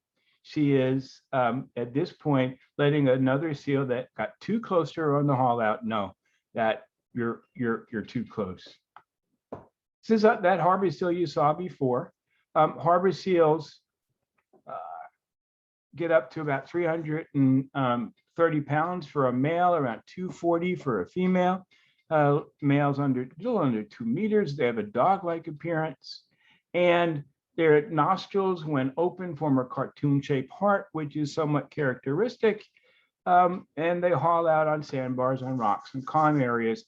And almost never, if they are healthy, will they haul out on an open ocean area. The energetics, I think, are just too much. They can be found in groups, but it's been argued that they travel alone. And although I'm not entirely sure of that anymore. How many are there on Long Island? We have no idea. How many are there at Cubsog Beach? Not easily calculated at this point. But we know there are about 80,000 up in the Gulf of Maine, and they're increasing about 12% per year, and have been increasing since the Marine Mammal Protection Act went into effect. Prior to that, harbor seals were almost entirely wiped out in this part of the world. There used to be colonies, breeding colonies. They still are no breeding colonies here. But they're fairly vigilant when they haul out, keep their tails up, keep their heads up at first, tails up to keep out of the water. And this is called the banana position. Go figure. But eventually, when they are ready, when they feel not unthreatened, they will drop their heads down, drop their tails down if they're far enough away from the water, and then go to sleep. When they sleep on land, both hemispheres of their brain shut down, just like us. They can sleep in the water as well. It's a behavior called bottling. They're vertical, and only one hemisphere shuts down at a time so that they don't drown. So it's kind of a sad commentary that we name a behavior after garbage, right? These are bottling seals. They're called that because they look like floating bottles. I hear from people all the time about, and you may hear, seals are eating all the fish. No, they're not eating all the fish. They've been eating sustainably for millions of years. Any seal group that destroys their prey source will be eliminated, right? They don't overfish. They don't dump poisons into coastal waters. But why blame them? Because it's easier than blaming ourselves. Seals don't pay taxes. They don't vote. And they have just a few folks speak up for them. And I'm going to implore you in your teaching to speak up for seals and remind folks that they don't eat all the fish. I've heard people say, they're eating all the flounder. you know, they eat about 9 pounds of food per day, and there's not a whole lot of data for harbor seals in New York. But here in Maine, winter flounder makes up less than 1%. There's good evidence, like any prudent predator, that harbor seals and others actually increase fish growth. And that partly compensates for the reduction in numbers. And it is an important thing that I think a lot of folks don't understand, that these are important components of our ecosystems. I shouldn't say of coastal ecosystems. What do they eat? Octopus. This is right after Hurricane Sandy, and this is in Moriches Bay. Menhaden in Moriches Bay. And then here's one chowing down on winter flounder. The moment I posted this, comments came back. Damn seals, we got to cull the seals, are eating all the fish. Other seals that we have here are gray seals. Gray seals are massive. Gray seal males get up to 800 pounds. They have this giant snout, and their nostrils form a W, or sort of looks like an H when they're open.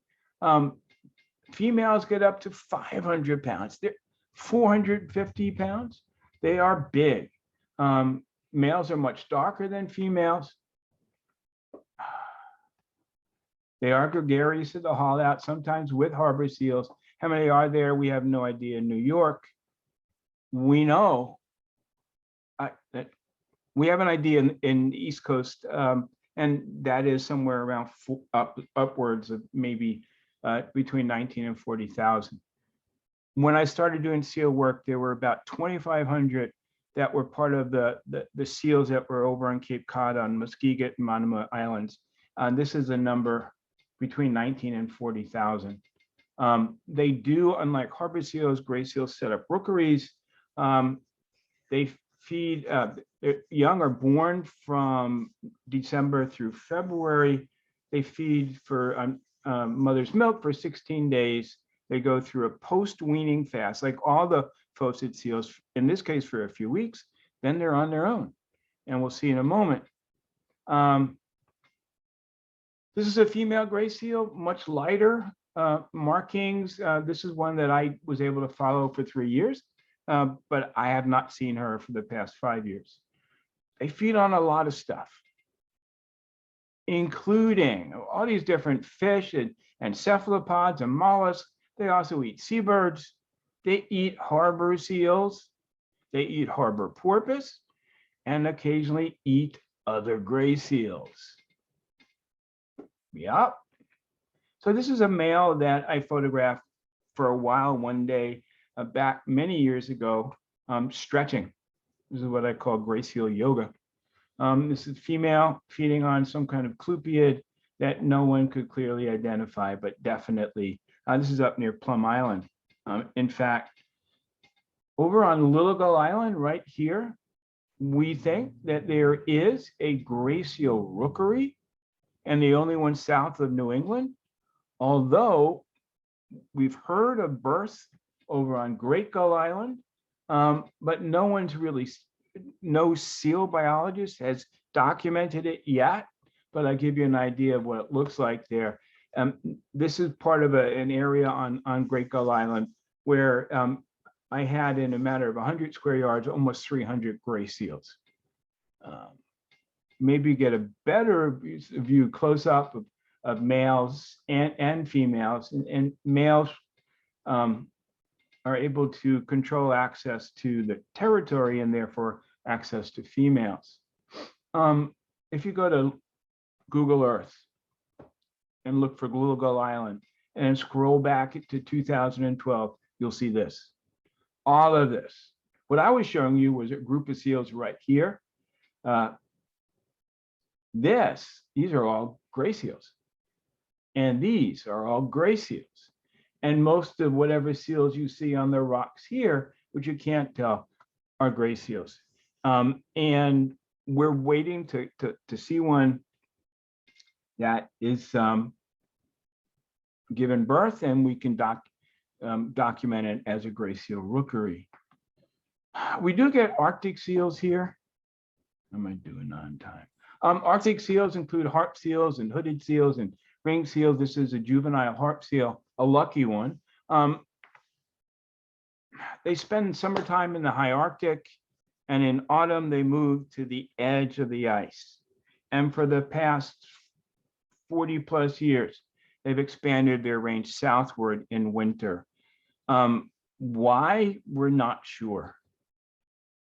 Could it be food? Doubtful.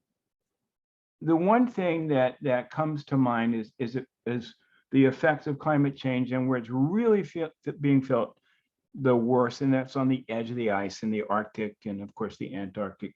Could it be that changes to the edge of the ice have led to this change in distribution? Don't know. And it's not something that can be easily tested. But when I'm talking to the public, when I'm talking to people, this allows me to bring in the issue of climate change and talk about the effects of climate change on Arctic seals and Arctic ecosystems, in addition to others. And I will tell you now that Arctic seals are drowning.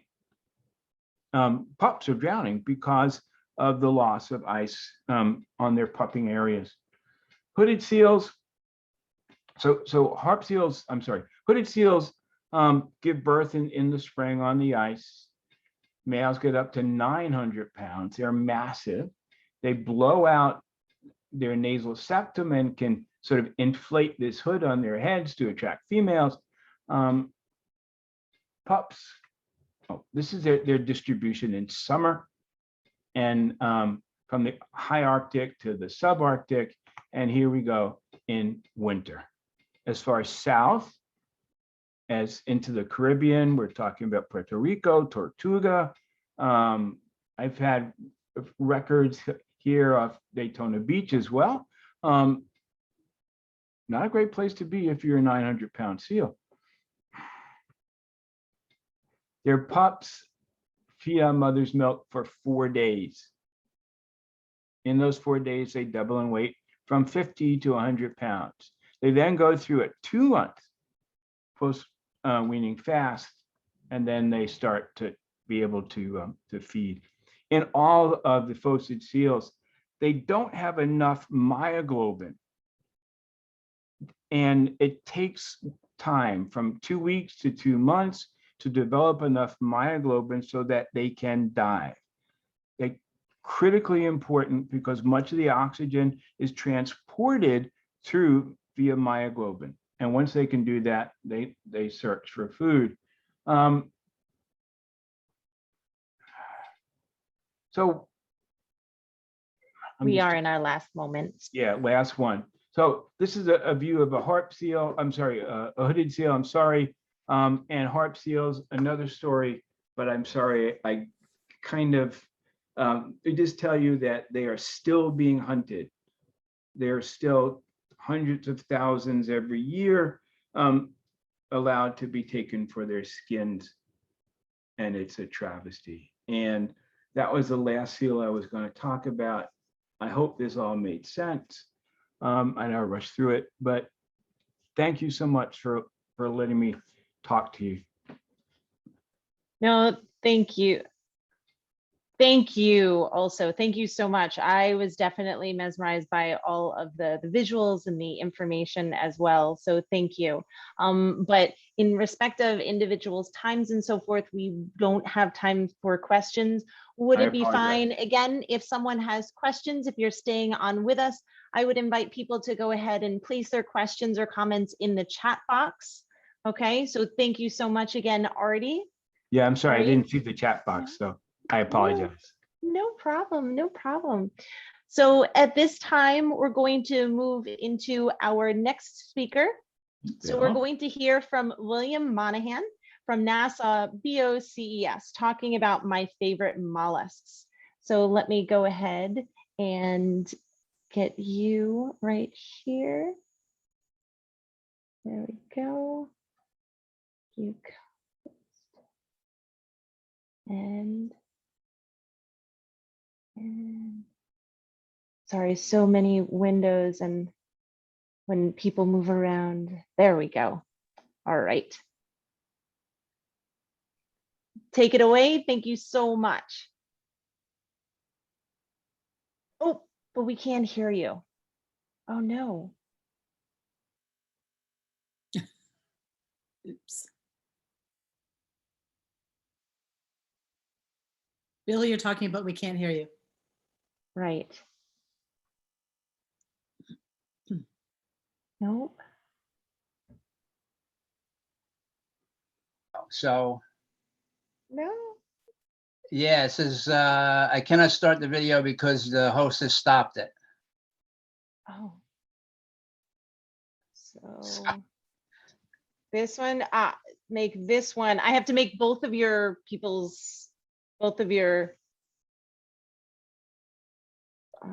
so where are you? All right, Yeah, there we go. Where's the Leanne, video? yeah, There we my- go. My video is stopped And we're also. just gonna take a look at this one specific space. So this is Battery Park City. But we're gonna mute you. All right, can we All right. go? Yeah.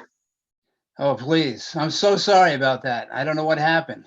When I went in on Artie's, I muted my audio so I wouldn't disrupt him. And I think I had to go out and come back in again.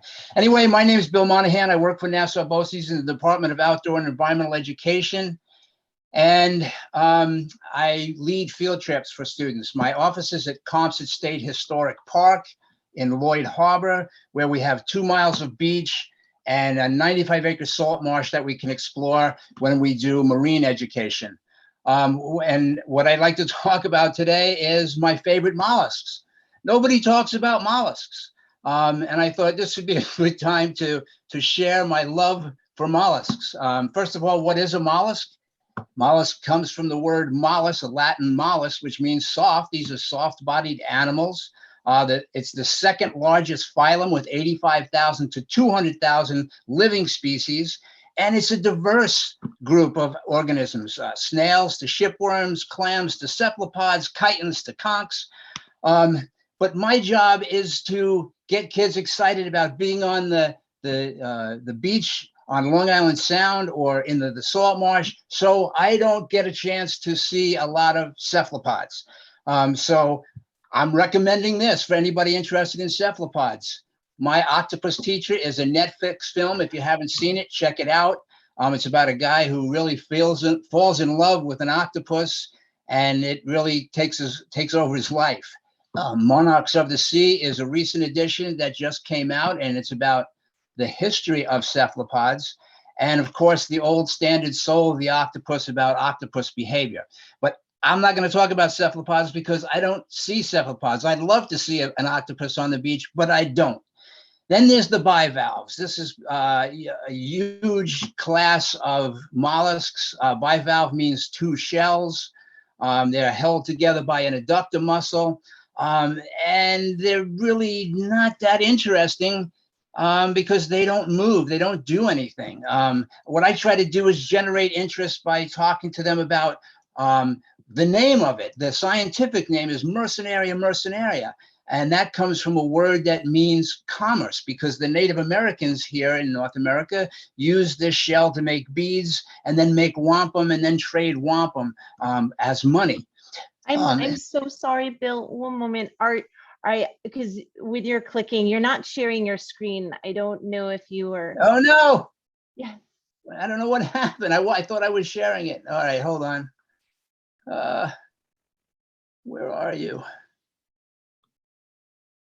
Down at the bottom, the green Yeah, arrows. yeah. So nobody saw anything? No. Oh, So now But we it was just see it. wonderful anyway. Just your face. Yes, yes, Yeah. wonderful Just my face. information. And But your now we background. just Can anybody see see your it now? face. No, we just see your face. I'm sharing. I'm pressing share. Share screen. Yeah. Then you have to select the screen that you're Right. sharing. Oh, I see. And Oh, I think you disabled the host sharing. Oh, there we go. all right. All right. Let's try this again. I'm so sorry. No, that was great information. All right. Well, you guys are very supportive. That's why I love this organization. All right. So I'm back to, I was talking about the bivalves. This is Mercenaria, but it has a million names. Little neck, because it has a small siphon. Because of the thick shell, it doesn't have to bury itself very deep. So it just goes in about a couple of inches under the sand with a short siphon. So it's called little neck. It's called chowder clam because that's how we like it in our chowder. Cherry stone, another name for it, quahog, top neck, round clam. In Massachusetts, it's just called the clam. This is the way I like it. I like clams because I can eat them.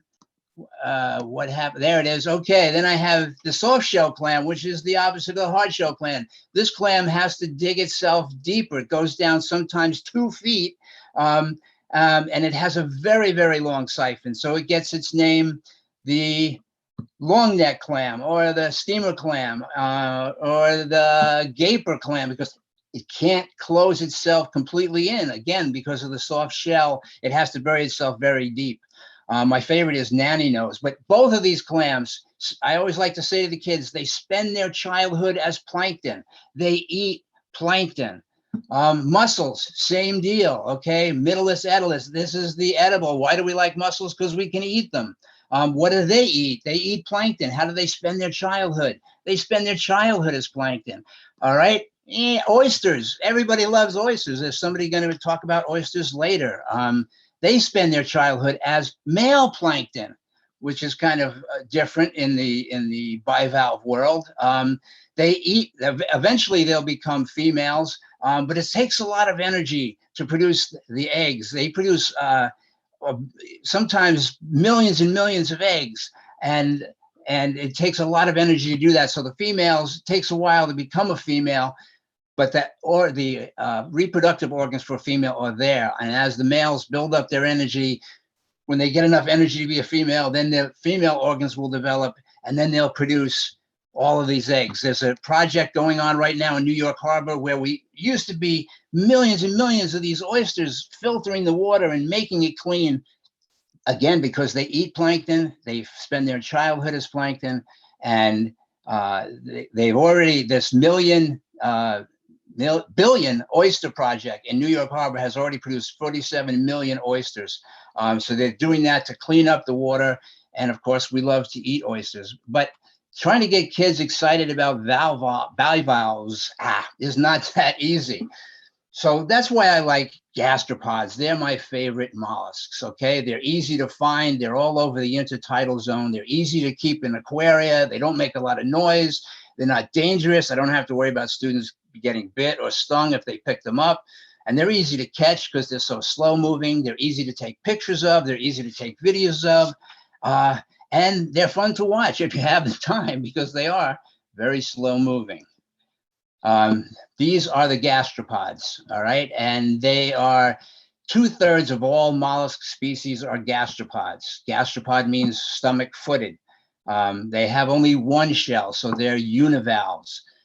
Snails are the most common gastropod, but not all gastropods are snails. They move by muscular contractions and relaxations of the foot that produce waves that push the snail along. They breathe through gills. They have an open circulatory system with a heart that collects oxygenated blood from the gills and then forces it into the body cavity. Their blood contains hemocyanin, which uses copper as the oxygen-carrying pigment. As you know, we use in our blood, iron is our oxygen-carrying pigment.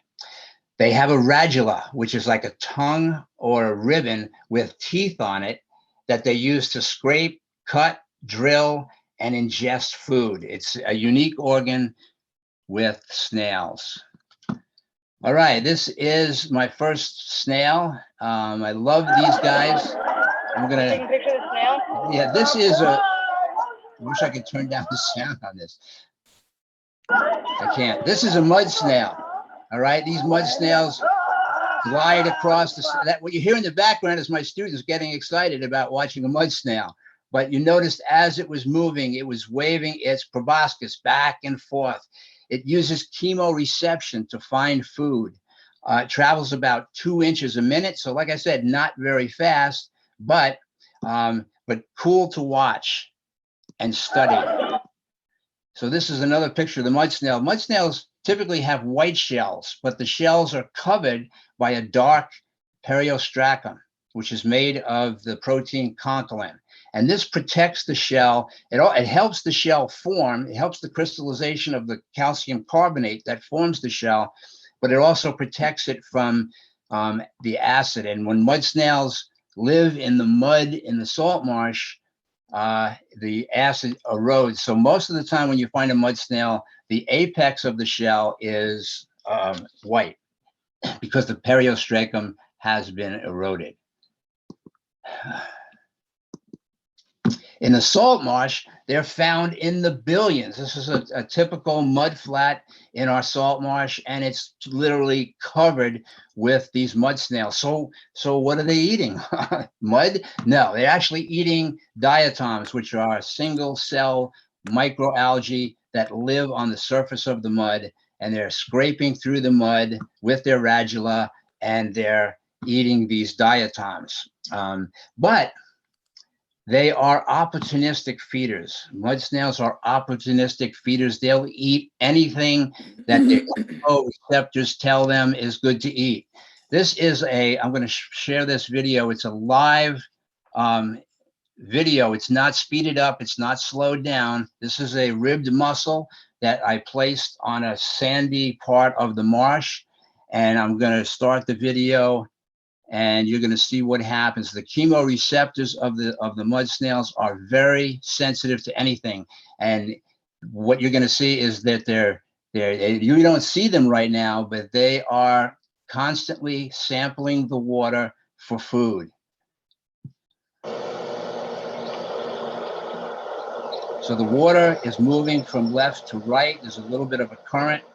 And as soon as we put this mussel down, the mud snail started to appear. And it was like when I was young, there was a movie called Night of the Living Dead, and where the zombies came out of the ground, and this is just what it reminded me of. So they will eat meat, they'll eat algae, whatever food is available to them, that's what they'll eat. And I am gonna continue on from this. They also use chemoreception to find their mate. And this is actually a male. They are separate, they do have separate sexes. And this is a male who is responding to the smell of a female who does not seem to be very receptive to this male, but he's following her in the hopes of mating. And I'm going to move on from this. And there's another male that's coming in from behind. I'm assuming they're males. I really can't tell the difference between a male and a female, but that's what it looked like to me. Mud snails lay their eggs in these leathery cases. They'll lay the eggs on any hard surface. This is part of a horseshoe crab that is covered with mud snail eggs. The eggs hatch into a planktonic larva. So they're free swimming. And I always emphasize plankton because all of these animals are either eating plankton or they spend their childhood as plankton. And I can't emphasize plankton enough. I had a wonderful experience one time where I had a very young, I was doing a family program, and I had kids of all ages and parents, and I had this one baby who the parent was holding throughout my whole program. And of course I was saying, yeah, this is an oyster. You know, what does it eat? Plankton. How does it live? What's its childhood like? It's a plankton, you know? And I went on and on and on about plankton. And at the end of the day, I said, did anybody learn anything today? And this baby who had never spoken before said, plankton. Very important. All right, mud snails. One thing I wanted to point out that I didn't with that mud snail was how small the foot was. The foot was underneath the shell and you could hardly see it. It's so small. This is the opposite. Moon snails have a huge foot. In order to expand this foot, they have channels that run all through the foot. Then they pump water in and it expands to this huge size. It's a predator of clams and snails, mostly clams, and it actually burrows itself under the sand and moves along under the sand and searches for clams by touch using this huge foot. If it feels threatened, that giant foot can be squeezed into the shell. This is about a 2-inch shell, and that's the same mud snail you saw in the previous slide. And it squeezes itself into this shell by squeezing out the water like a sponge. So it's able to squeeze out all that water and shrink itself so that it can fit into this shell, and it has a perculum to further protect itself when it's in the shell. This is what I call moonwalking. Come on, walk. Is the horseshoe crab dead? Yeah.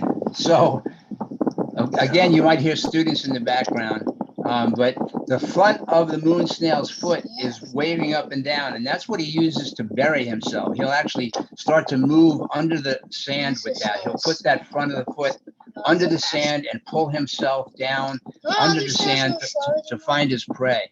Don't you think that's harassment? All right, that's enough of that. This is a very poor video of a mud snail feeding. Once it finds the clam, it completely surrounds the clam with that giant foot, and it uses an acid to soften the shell, and then it uses its radula for scraping a hole in the shell. And then once the hole is made, it sticks its proboscis into the shell and sucks out its prey. This is a poor video of the proboscis, and on the left side over here, there is a little piece of clam. And so it extends its proboscis into the shell and sucks out the clam there. All right. This is what the hole looks like. It's a distinctive hole. Oh, let me go back. This is the hole that's made by a moon snail. It's a countersunk hole. We have another predatory snail in our waters that makes a hole that's just straight through. It's not countersunk. So you can do a little bit of forensic marine biology. If you find a shell with a hole in it like this, you can say, oh yeah, this clam was killed by a moon snail. This is how they lay their eggs, in what's called a sand collar. The female secretes a mucus that cements these sand grains around her, completely surrounding her. So the moon snail will fit inside this circle here and then lay her eggs in between the sand grains. When the eggs hatch, the eggs actually develop through all of their larval stages while still in the egg. So when the eggs finally do hatch, when the young come out, they are not plankton. They're actually, they've skipped those stages while they were in the egg. And the sand collar will break apart once the eggs hatch. And when you first find one of these fresh out of the water, it's kind of rubbery, but eventually it dries out and crumbles. When the snail is gone and the shell is empty, other animals will come in and take over the shell. This is a flat-clawed hermit crab. This is our largest hermit crab.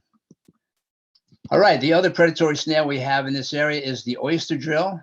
Urosalpinx.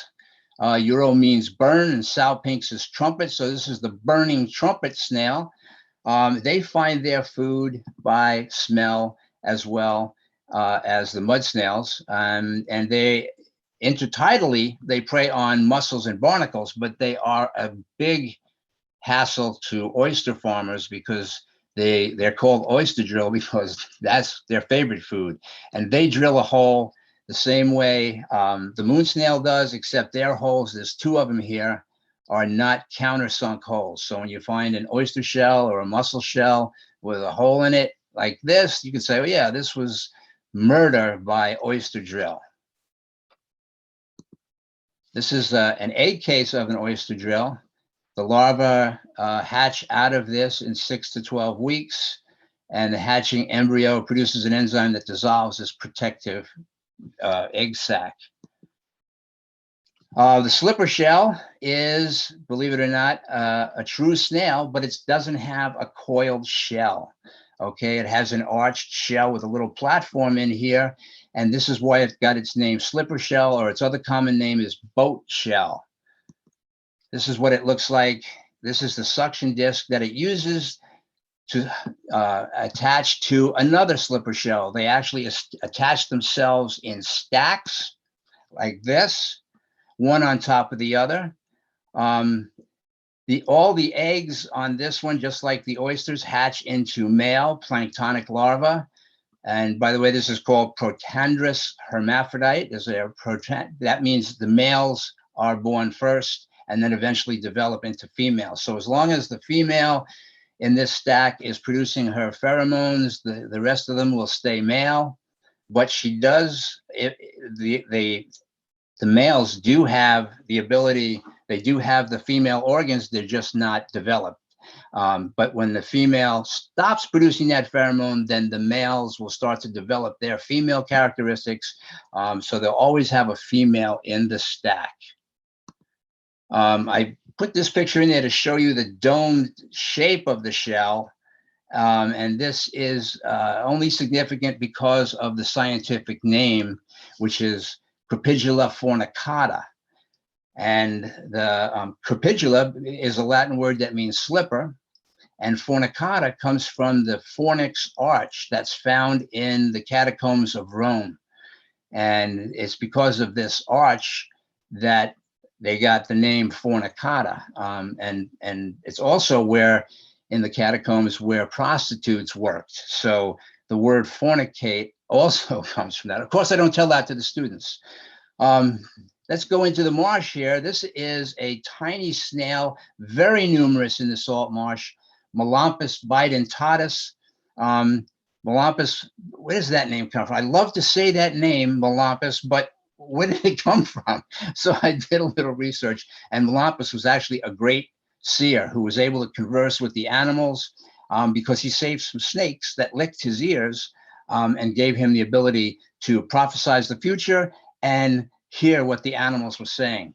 These snails are air breathers. They have a pulmonate lung, so they can't be in the water for more than an hour. So they climb up on the Spartina grasses, they eat the diatoms, they graze on the diatoms that are outside the grass blades, and that's how big they are. There's a quarter to give you an idea. They're very tiny snails. And what I like to say to the students, because they're so numerous, is when we go into the upper part of the marsh, I say to them, does everybody hear that? What do you hear? I hear a whole herd of Melampus who are grazing in this field. And they go, where? We don't see anything. Well, you have to look close. And one thing we always want to do with students is have them take a closer look. You could walk through the salt marsh 100 times and never see a Melampus. You have to get down on your hands and knees and move the grasses apart. Okay, lastly, this is the last one, periwinkle. Littorina species. Littorina means the shore, along the shore. These guys are not native. They came over in 1860 from Europe. Actually, they're more native than I am because my ancestors came over much later than that. But we consider them not native species. But they're up and down the coast. There's a couple of different species, at least 3 different species that I know of. And they live on the intertidal zone, out of the water. They need that water. As long as they keep their gills moist, they can breathe. But outside on the rocks, the temperatures can be 115 degrees, and they can still survive, as well as freezing temperatures that go down to 5 degrees, and they can still survive. And what they do is they secrete a little mucus on the rock to hold their shell in place, and then they retract their foot and close the shell up with an operculum. In freezing weather, they can actually expel water from their cells so that the water freezes between the cells and not in the cells. And usually when they attach themselves, their apex is oriented down. So most of the weight is on the shell. This is what it looks like when they're out of the shell. They have 2 antennae. They move even more slowly than the mud snails. The mud snails go 2 inches a minute. Is that what I said? Anyway, these 2 over here are actually mating. They have male and female separate sexes. This is another group that are mating, and they feed by scraping algae off the rocks. That's why we find them on the rocks in the intertidal zone. They eat the algae, they eat diatoms, but they also feed on barnacle larvae as well. And of course, they use their radula to scrape algae off the rocks. And that's it. That's what I have That's why I love gastropods.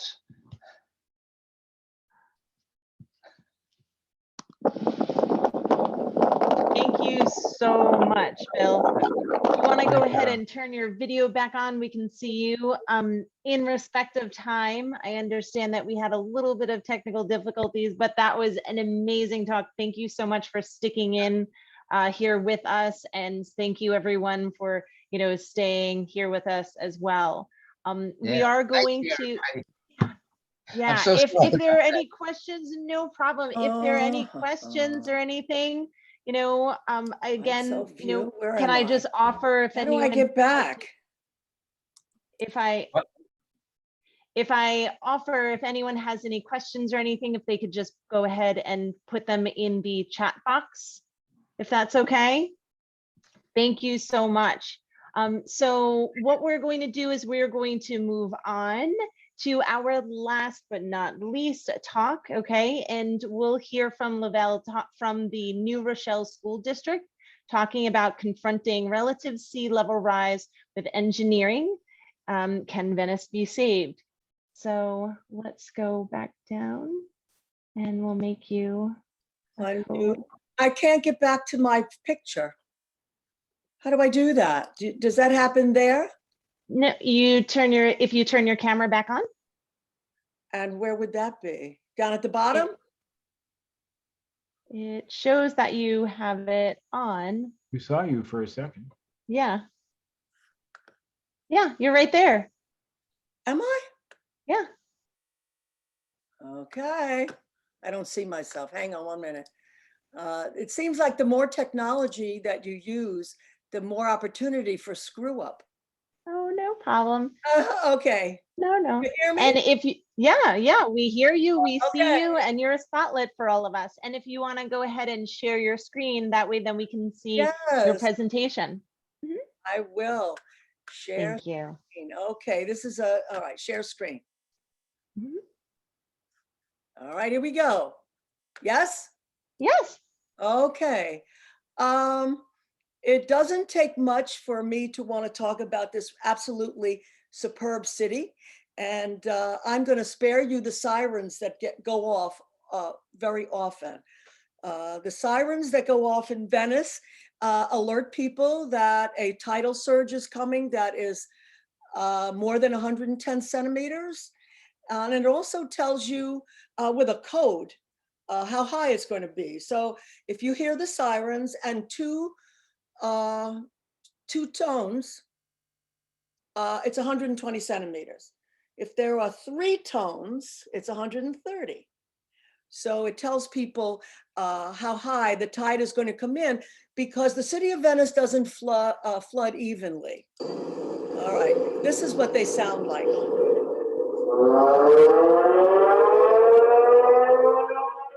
I'll spare you.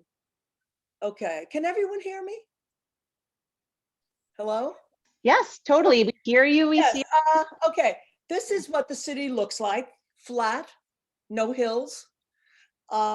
It has the Grand Canal snaking through the middle.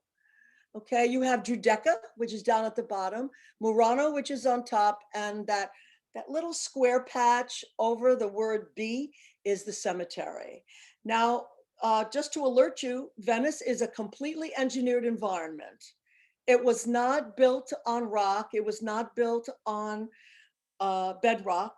It was built on wooden beams from trees that were pounded into the ground 15 to 25 feet below. And in the absence of oxygen, they crystallize. Okay, here's a different photograph. You have the lagoon is an enclosed bay of the Adriatic Sea. The lagoon has a salinity about 20 parts per thousand, while the Adriatic is full saline. The picture down here in the lower right, that's what they built on. Now that you could not get a permit, I don't think, to build on that kind of land. The barrier islands here, there are 2 of them the first one, my pointer isn't working. So, okay, the first one is the barrier island of Lido, and the one below it is Pellestrina. Now the inlets, there are 3. And the upper inlet is the Lido inlet. The middle one is Malamocco, and the bottom is Chioggia. The middle inlet is where the industrial stuff comes in, or food or water, because they import everything. There is no, as far as I know, agricultural land happening there. Let's see, did I say everything? And then, of course, from the city of Venice, you see that straight line, that is the railroad track. Okay, now subsidence, a lot of people have addressed that. That's the lowering of the land, and or people say sinking. So some people say Venice is sinking. Some people don't think it's sinking. It is sinking, but the real issue is sea level rise. The real threat to the city of Venice is the sea level rise. Now here is a chart. So you have Eustace, which is sea level rise, and it's been gradually increasing since 1908. Below the 0 line are natural subsidence and man-induced subsidence. Natural subsidence comes from the compacting of clay layers that are underground. And I don't think there's much you can do about that, although it could be, I don't know. Man-induced is another issue. Man-induced happens when you take stuff out of the ground. So after 1925, there was a rush toward industrialization, and they needed the water or they needed the gas. So they took that out of the ground, and the ground went down. And then in 1952, that was after the Second World War, there was more industrial activity, and you see it went down again. But you can't do that anymore. So I like to show this, okay? So these are my Wonder Breads. These are my, on the right, these are my stacks of earth layers. If you remove the water, if you remove the natural gas, the land goes down. But Venice is only losing a few millimeters per year.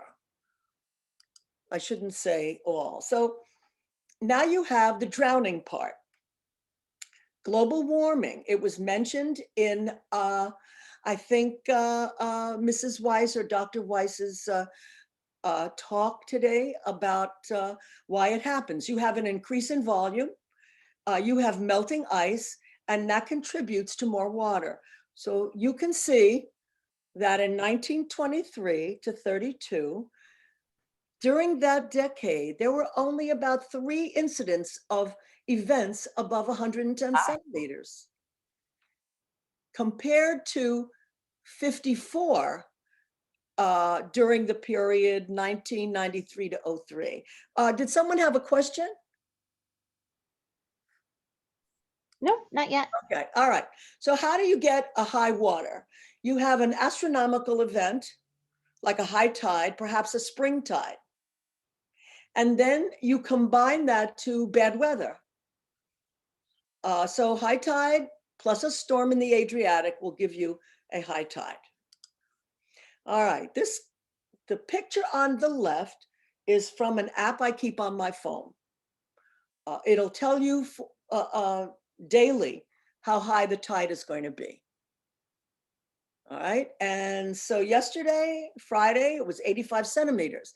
That would flood the area in front of the church, but it would not flood everything. The picture in the lower right tells you the level of inundation based on the sea level rise. So at 90 centimeters, you're only going to get about 2% of the city is going to have water. But if you go all the way up to 200 centimeters, then there's water all over the place. And it could be as high as up to your waist, but we hope not. All right, so mitigations, what do? They shore up the brick foundations, because brick is not it was not a good building material for Venice. Brick is highly porous, and it also erodes with seawater. Then you have another mitigation strategy, you have people who block their doorway with steel barriers, and some of them even put small sumps behind them. So water is coming in and they have to throw the water out. And then you have a huge engineering project, which has been under construction for a very long time. And it's had a lot of problems, especially with corruption. In those 3 inlets that I showed you, they're building these barriers, and it's called Mose. And they chose the name because of Moses parting the sea. I don't know that they're used that much. They've had some problems. So, and there are 78 of them. And another problem they have is sustainable fisheries. So here's what they look like. They're anchored to the seafloor. And when they're down, they're filled with water. And should you get a tidal surge above 110 centimeters, the water goes out and the air goes in. Sounds like a nice idea. Okay, sustainable fisheries. We have to preserve the resource so that there is some left for the future. And I'm not sure how much kids know about sustainability. I don't remember it was ever asked of me to teach in the middle school. The lagoon is very shallow. It's between 1 and 3 meters, and it contributes to the lagoon's high productivity. The euphotic zone is in direct contact with the biological pump, which is rich in nutrients. We have to maintain the biodiversity of the lagoon through regulations, because that's the only way you're going to do it. You cannot allow everybody to take out everything.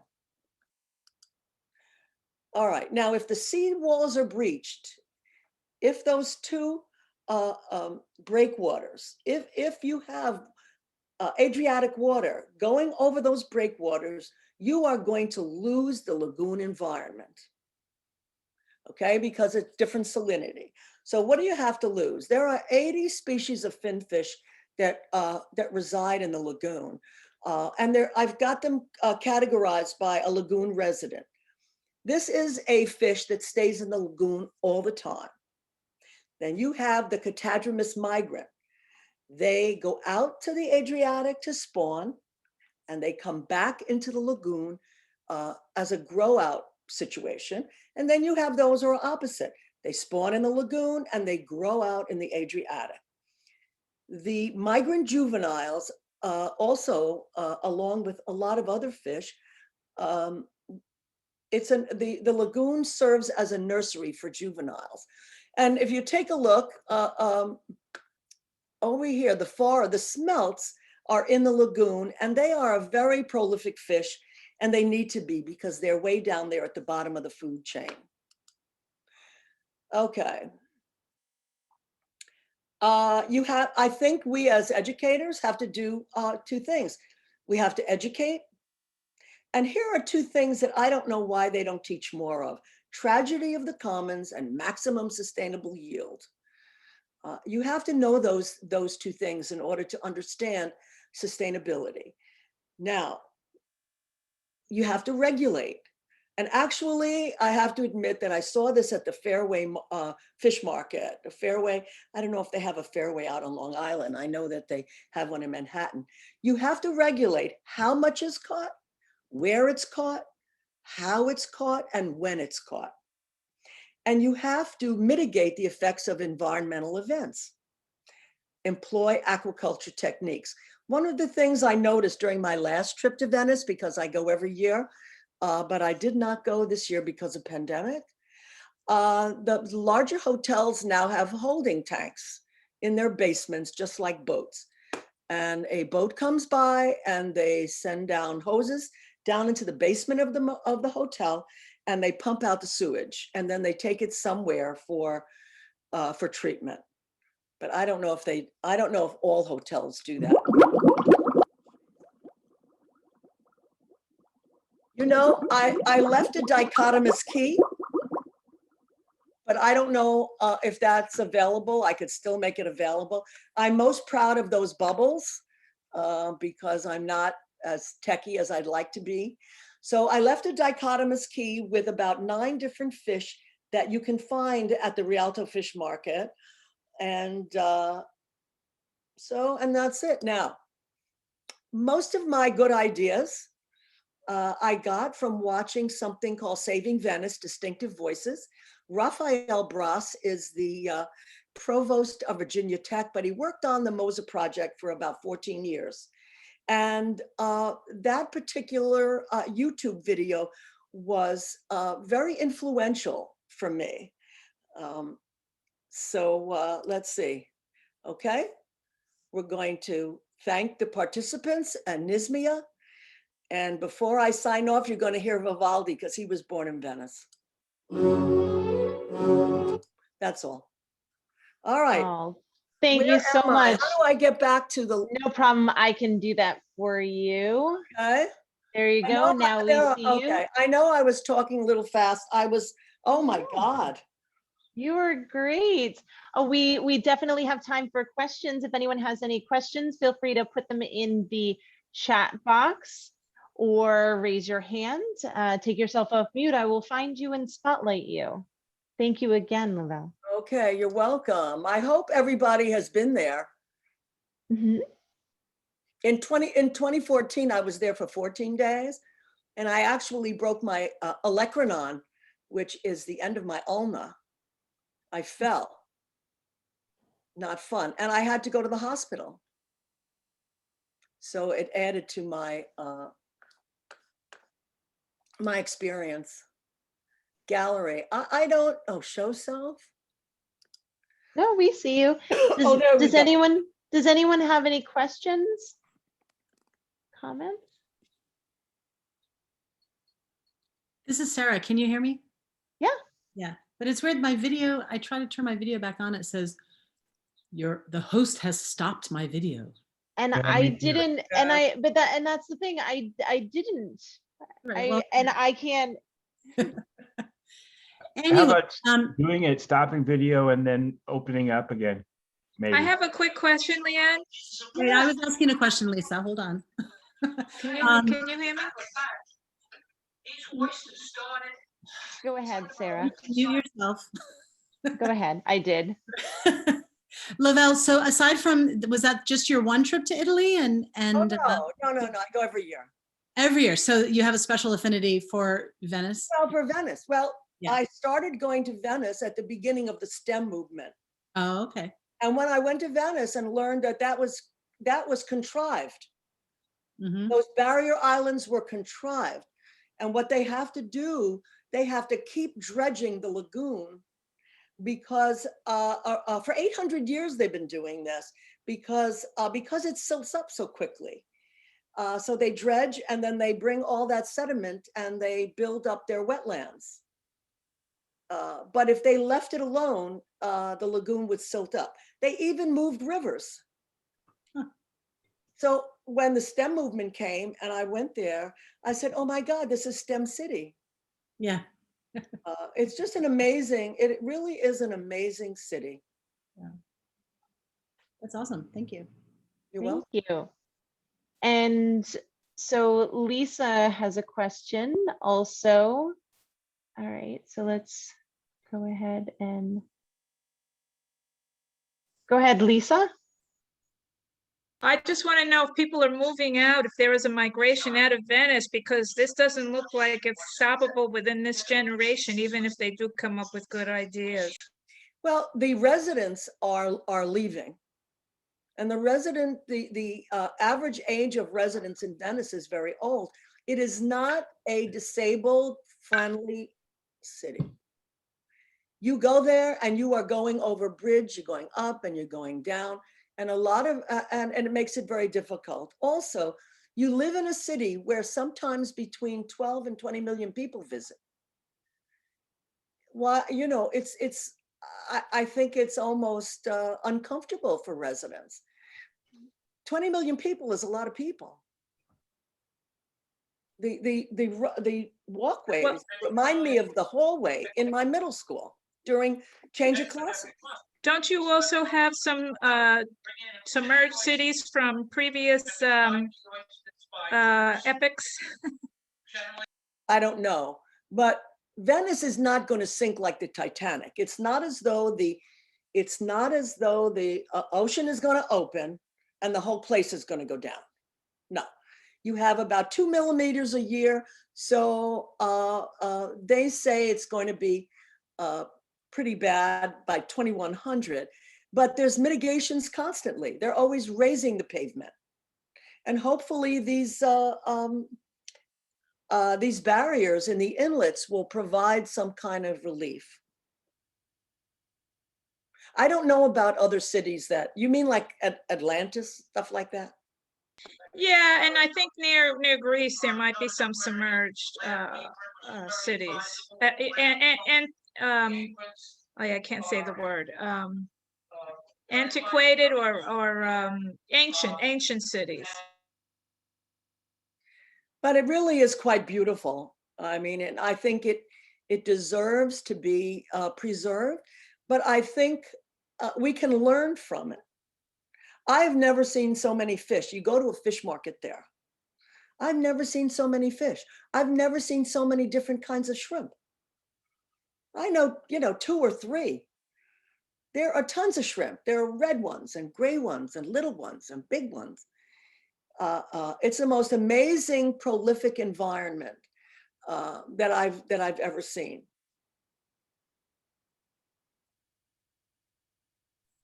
All right. Thank you so much. You're welcome. I'm looking in the chat box. Does anyone else have any other questions? No. So, all right. Well, I'm going to, at this time, I would like to invite everyone to go ahead and thank everyone. Thank all of our presenters this afternoon. Thank you so much. Okay, go ahead and you can take yourself off mute or use the little reaction emoji to thank all of our presenters this afternoon for their sessions, for all of the great information that they had shared, the questions they were able to take, and the comments that they were able to make. So I just want to bring your attention to our schedule for today. All right, so right now that is the completion of our afternoon session.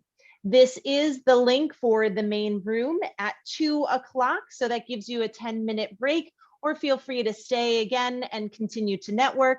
I will go ahead and pause the recording, but at 2 o'clock, we are going to be here. Everyone's going to meet back here at this link to go through our awards, announce our newly elected officers, talk about upcoming events. And then at 3 o'clock, we'll go through the silent auction winners, have the live auction, and announce the door prize. So we invite you to stay, to go ahead and turn yourself off for a moment.